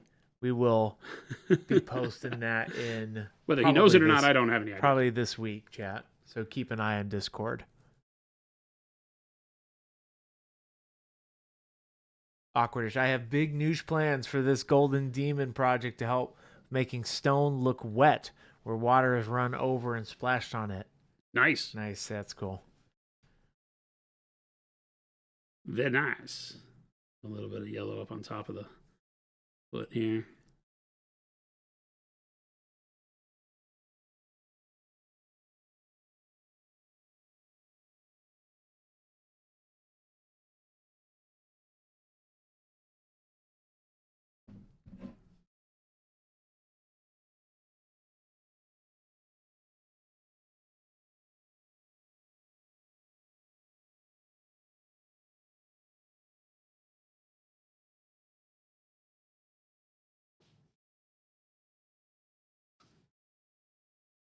Now let's do the front of the knee real quick.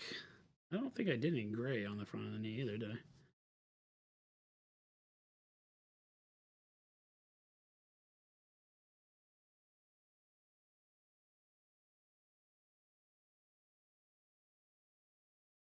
Stay away from the area between the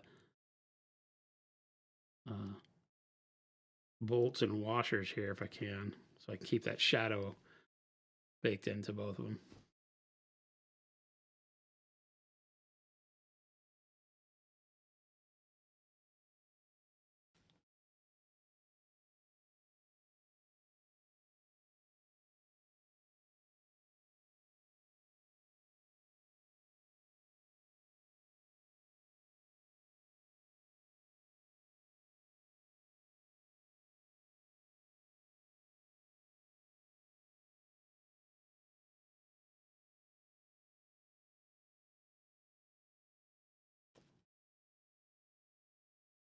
Even on these top flat surfaces here, this is where I'll do more smudging.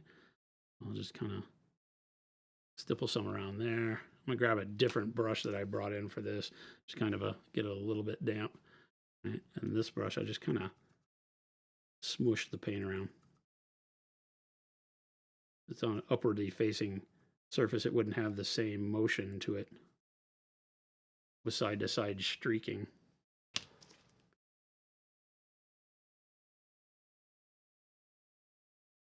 Lumberjack Tim, just putting this out there. I'm streaming tonight at 8 Eastern Standard Time. Fantastic. Nice.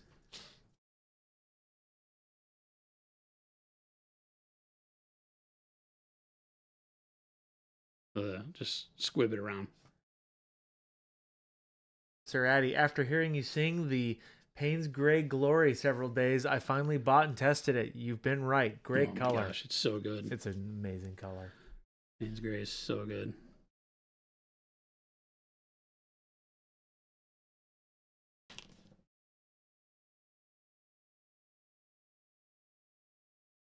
Yeah, Payne's Gray's probably my favorite shadow color. Oh, yeah. So good. It's great. Not even funny.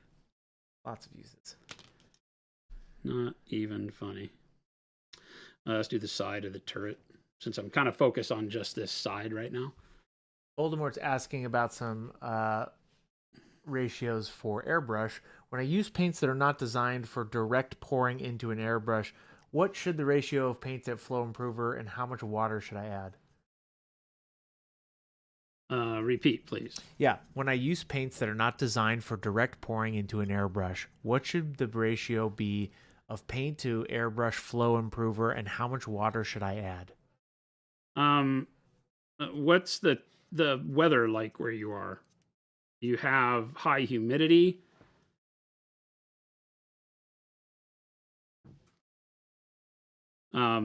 It depends on what you're doing. Like when we airbrushed this, we didn't add anything to any of the colors except for the last highlight. Cold, right? Dry or humid?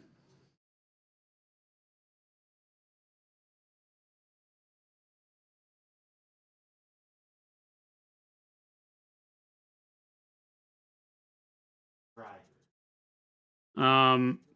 Probably depending on if you're doing base coats or not. Base coats, you want to add less to them because you don't want them to be as translucent. So 1-to-1, so 50-50. Paint to Flow Improver. And then water, you may not need any. You may be able to get away with just water and no Flow Improver. The hardest thing here is that there's no magical mixture, because you should try that and see how you like it.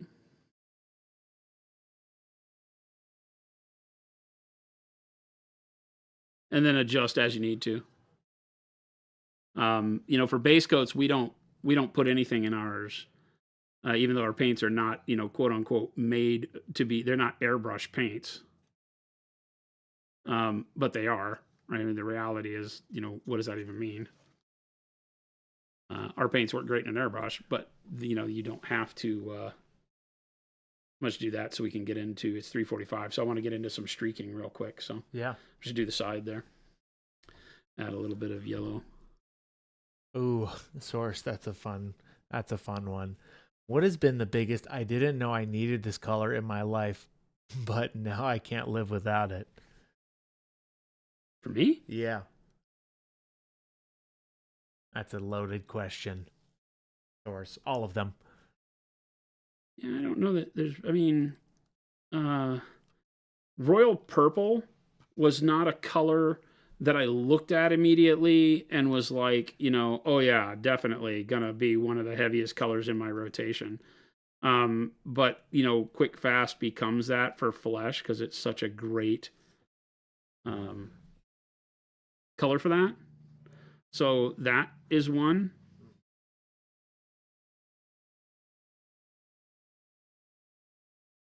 Um, white blue. It's pretty surprising. Was just not, again, was not one that I considered something that I would ever really, that I was missing. And then once I started painting with it, I was like, oh, this is super flexible tint color, right? I was perfectly fine with only ever having bright neutral gray and pale yellow.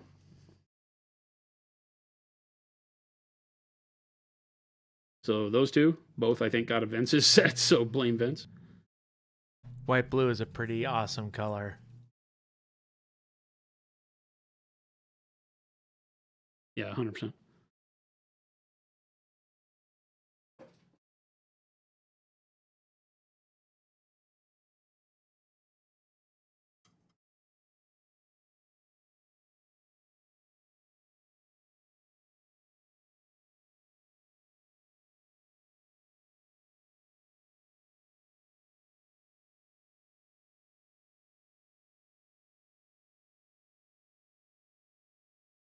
Again, modulating the colors. I don't have to use the yellow everywhere.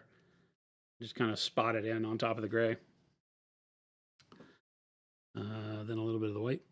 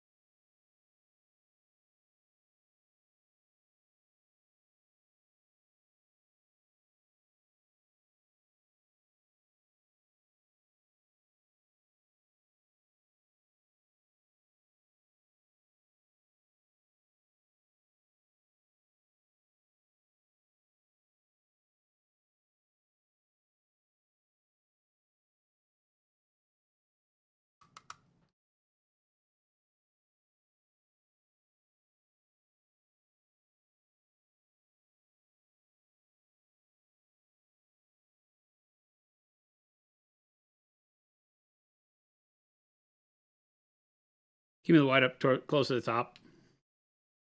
And just like everything else, except that I'm pushing the white to the top rather than pulling it to the bottom like I have with all the other colors.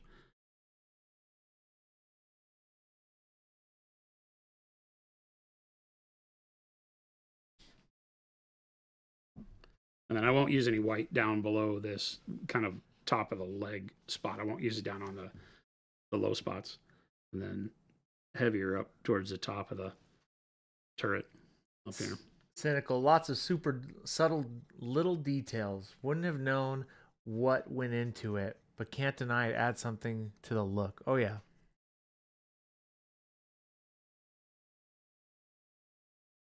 Yeah, that's the key, right? Is that it's all stuff that is like, okay, when I look at these things, I know there's something different.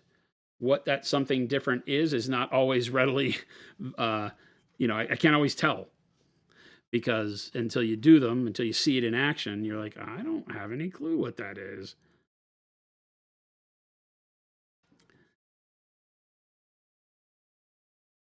Working in these tighter areas with the white.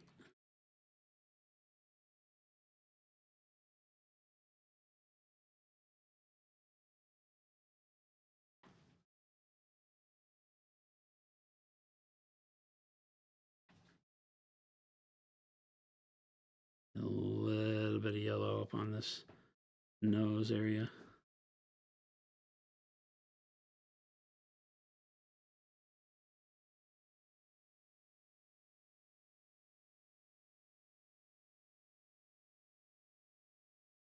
Then I can go right over the top of that with some white.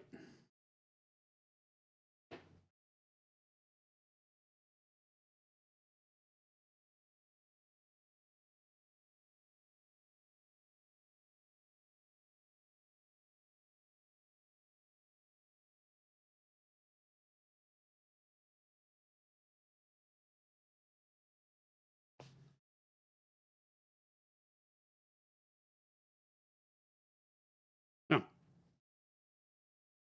Now it is for streaking. And for streaking, I want to make, I'll start with just one color since we don't have a whole lot of time left. And I might run a little bit over, Chris, if you don't mind. Oh, that's fine. I'm going to start the streaking with burnt sienna. Ooh. One of our favorite colors. Give it a little bit of a rusty brown, right? So, burnt. That's Oh, burnt nice. Been a while since I watched live anything on Twitch. Been hanging out in the Discord for you much as Molnar. Oh, nice. Well, welcome in. Welcome. We stream here from 2 to 4 p.m. every day. So put it on your calendar, Mountain Standard Time. We love it when people come in and enjoying the fun. I say I'm going to use burnt sienna. I can't find it. Voteist. Oh. Check. You see those extra little colors on the other side? Check that it's not in that pile. Burnt orange. Just double check. Is it over there? No. Is it missing? I can use burnt orange. I use burnt orange. That's interesting. My colors keep disappearing. All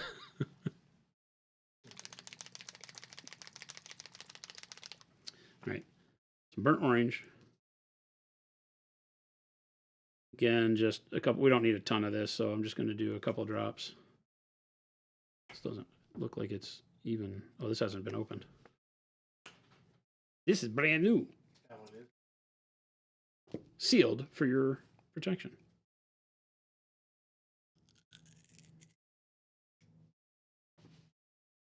For those of you that don't know, all of our paints come sealed. Pull the top seal, leave that seal in.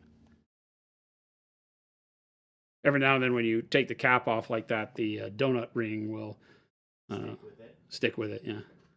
There's 3 drops of paint. Should be enough.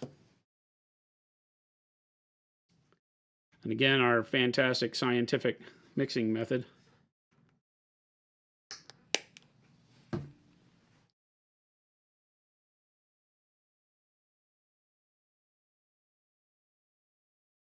Do.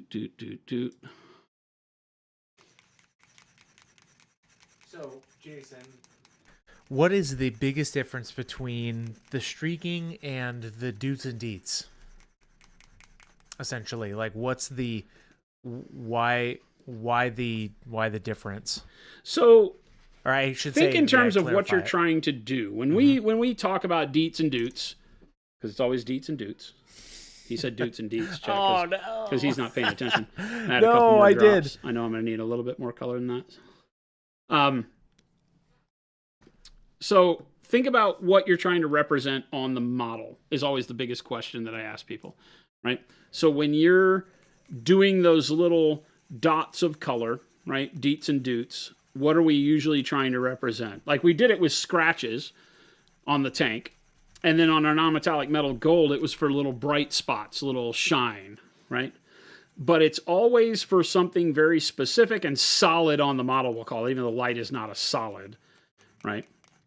When we're doing something like a filter or streaks, we may be trying to represent, like we just did, earth, filter, mud, grit, dust, things of that nature, right? And we want it to be less opaque, less permanent feeling. I'm trying to create with what I'm about to do here, the idea that this could be cleaned off, wiped off, right? It's an oil drip. It's a rust streak, right? I've got some black brown here. So we'll start with some thinned out black brown. And again, if I do a drop like right on this one, like so, and then just go get my brush filled with water and then just streak it down. right? And let it create the shape of the droplet on its own. I'm going to move over to another one here and do the same thing. I'm just going to put more material on this one, right up underneath that rivet. Then go get my paintbrush, water, and pull that straight down.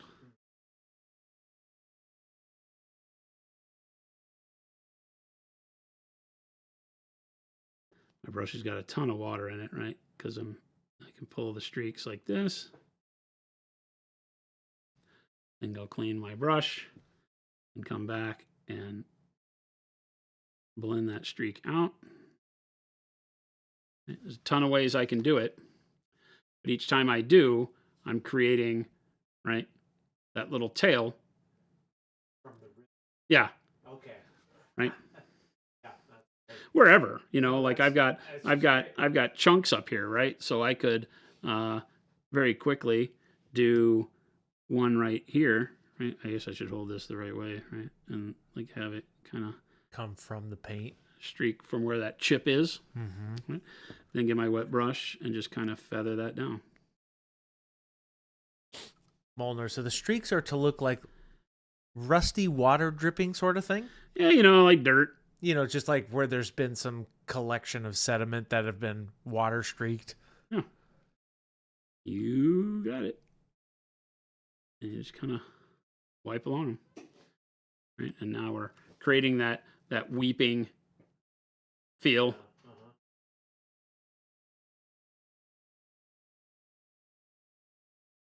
And you can be as crazy with this as you want to. You don't have to do much of it at all. You can do a ton. Again, like with anything, it's going to create a, you know, an overly dirty feel if you're not super careful. So just be watching your intent. You know, I like to have some drips. Like this chip up here in the white. I can feel like the chip kind of comes down at an angle, and then maybe we've got a tail of drip that comes out of that. And then again, just take my brush loaded with water and hit that drip and till it fades away at the end. Right? Yeah. And the brush actually took the paint out of the middle and pushed it to the side, so it looks like I have two drips, which is kind of neat on that one.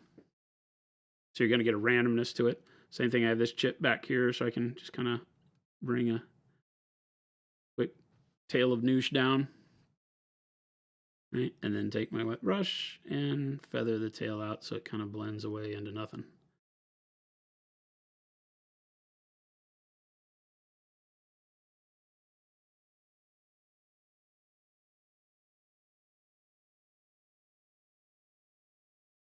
Right?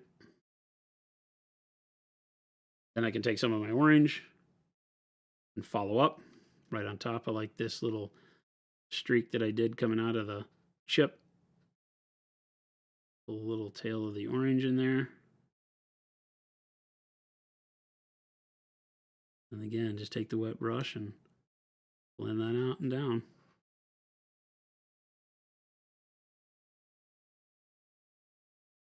And go nuts. Do the same thing up here. Do a little drop of the orange. Pull it down. Be aggressive and pull it all the way down and thick on there like that if you want. And take the damp, clean brush and wipe it back in. And then this one I can feather out to everything else around it so we get a little bit of that rusty feel to the surface next to it.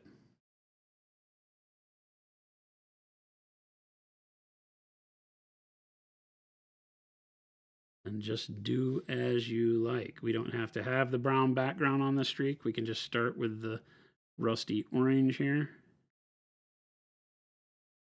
Again, I like to take it down the whole panel.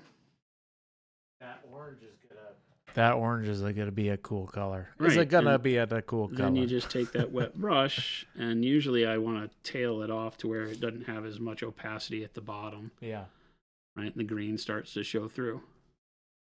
Oh, that's cool. And NEWSH just lets this be so much easier because it blends that out. It'll give you that kind of staining quality across the surface, so it looks like it's been dripping there for quite a while. It's been wiped off, re-dripped, wiped off, re-dripped.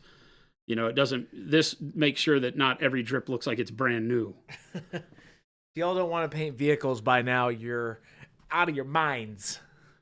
Right? Do a little bit up here, even though this panel is really short. You know, we can hit this area with it kind of aggressively right there where that chip is.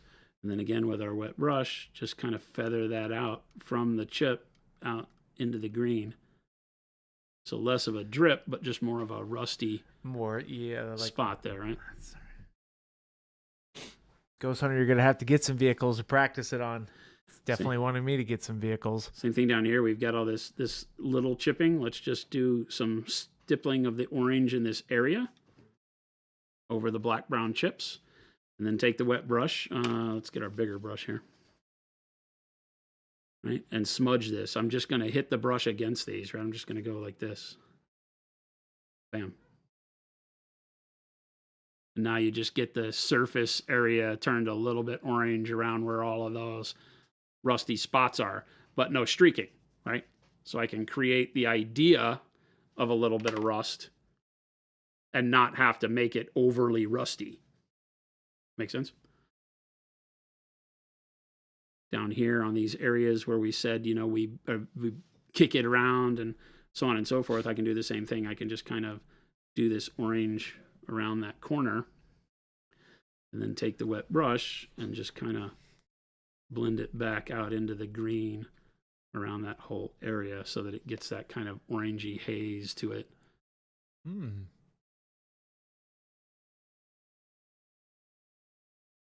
So again, this is one where you can really play. Like, look at that. Right? That just made that panel with those simple drips and things on it. Like you see these up here now that they've dried. They're just like ghost drips. It's not heavy like it would be if we painted them on specifically with the paint and then expected them to look real. These, because we blended them and faded them out, they look more realistic. Yeah. And I like this one just because it's right on the white. So I'm going to get a little more aggressive with the orange on this one.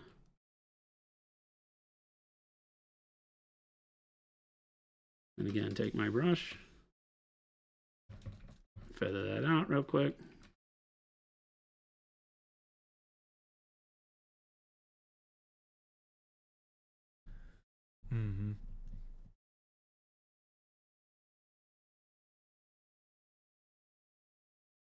Is it? Yeah. Oh, yeah. All right, we got this little doohickey down here. You can kind of pull some orange around the bottom of it, then one line down. Yeah. I'm over here like a basketball or a baseball game. Like, oh yeah, nice, nice. Oh, very good, very good. Oh, that's great, great. Woo. Yeah, chat. Who knows? Maybe I might suggest that for maybe February challenge, doing some vehicles. If you're not, I think we said that February would be weather a vehicle. We briefly talked about it, so because I was joking because I was like, then I'm already done. My part's done here, chat. Or a vehicle or some kind of, Glad I could help. You know, it doesn't have to be like a futuristic vehicle. It could be like a cart or something. You could do like a vehicle of motion or whatever. Well, just weather something. Yeah. You know, give me a Space Marine. Take these things that I've shown you. Weather something. And weather something. It could be good. I've shown you stuff. You don't even need products. It could be whatever model. We don't like being model specific. Yeah. So, you know, I think just taking something. And weather it. You know, give me something that's beaten that uses some of what we're showing you here. These chipping effects, right? These weathering effects that we've got. I like that idea. I'm going to take some of this orange again and just kind of stipple it over this area right along the yellow because I've got this neat amount of chipping right there, but I also have this yellow chevron. And then again, take my smudge brush and just smudge that around that area.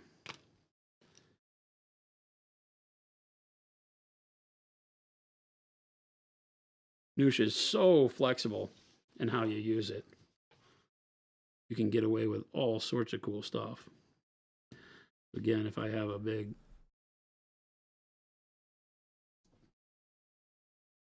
streak on the side here, feather that out. Right off that little ricochet. Yeah. I just want to feather it out a little bit.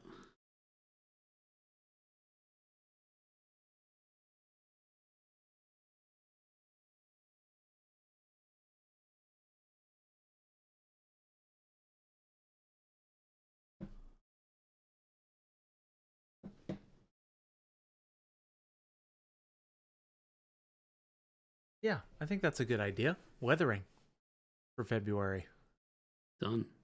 That's it, chat. You heard it here. We're going to do weathering. Weather something. Maybe it's a building. Maybe it's a vehicle. We've given maybe you the it's tools. Armor. You have the power.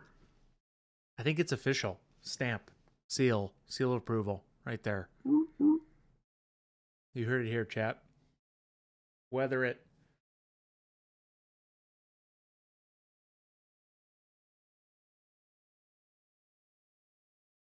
Like that.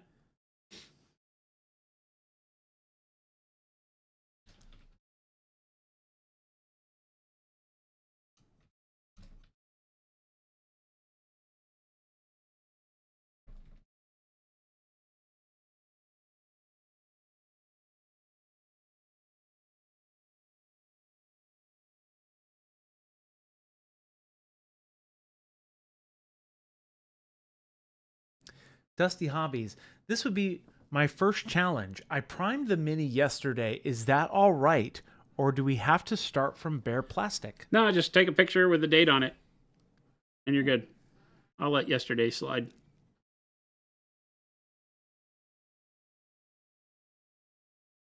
Ghost Hunter. So we have to paint it like it's new and then weather it? I think just You can weather it however you like. Yeah, I've given you some easy guidelines here. Can you pop out one zoom? Mm-hmm. Right? I've given you some easy guidelines that give you some good starting points, right? But I think you can choose to do it however you like. I think it's great. Weather something. That's it. Right, you look at this side. Got a couple of slight drips and things going on here. And then this side. Nice. Like it's new. Not quite. Still weathered, right? This is one level. And then obviously we can get to where we're a little more battle hardened, a little more too busy killing to take care of cleaning. Nice. So today was a bunch of fun stuff. We did. We got definitely a really cool application in NEWSH. Chat. I put the link to NEWSH. If you're not familiar with it, I put that in there. So definitely try some out for yourself. It's pretty cool. You could do so many things with it. I wanted to try some green with NEWSH for Nurgle. I think that's my next idea I'd have with it. You'll do a weathered tank that just got a power wash and fresh paint. Not the rules. Not the rules. So I think that when you're doing your weathering, I think what we'll want to see is have the weathering tell us a story. How beat up is this thing? Yeah. You know, what is it involved in? You know, does it move? You could weather it to look like the junkyard car. That the story is that it doesn't work anymore. You know, you can imagine the tank with the bird's nest in the cannon, right? That kind of a story where it's just completely beaten and rusted and it wouldn't start and none of the gears would turn. But animals, nature's taking it back. There's weathering that lives up to that story. Tell me a story. You know, tell me a story of the life of this thing that you choose to weather, whether it's a vehicle or a space marine or a knight and his armor all beat up, you know, whatever. Find a story that you can tell because, again, that's one of my biggest things is I like to see storytelling in models. Something that shows me what you thought of the model when you picked it up and got inspired to paint it, right? Is it the knight in shining armor? That's not this challenge, right? This challenge is the knight in his shining armor after he went and got his butt kicked and had to limp home. Right? What does he look like then? Covered in dirt, you know, scratches and dents, things like that. Can it be British weather? It's quite bad, I hear. I mean, this might be British weather. I don't know. Bloody awful, mate.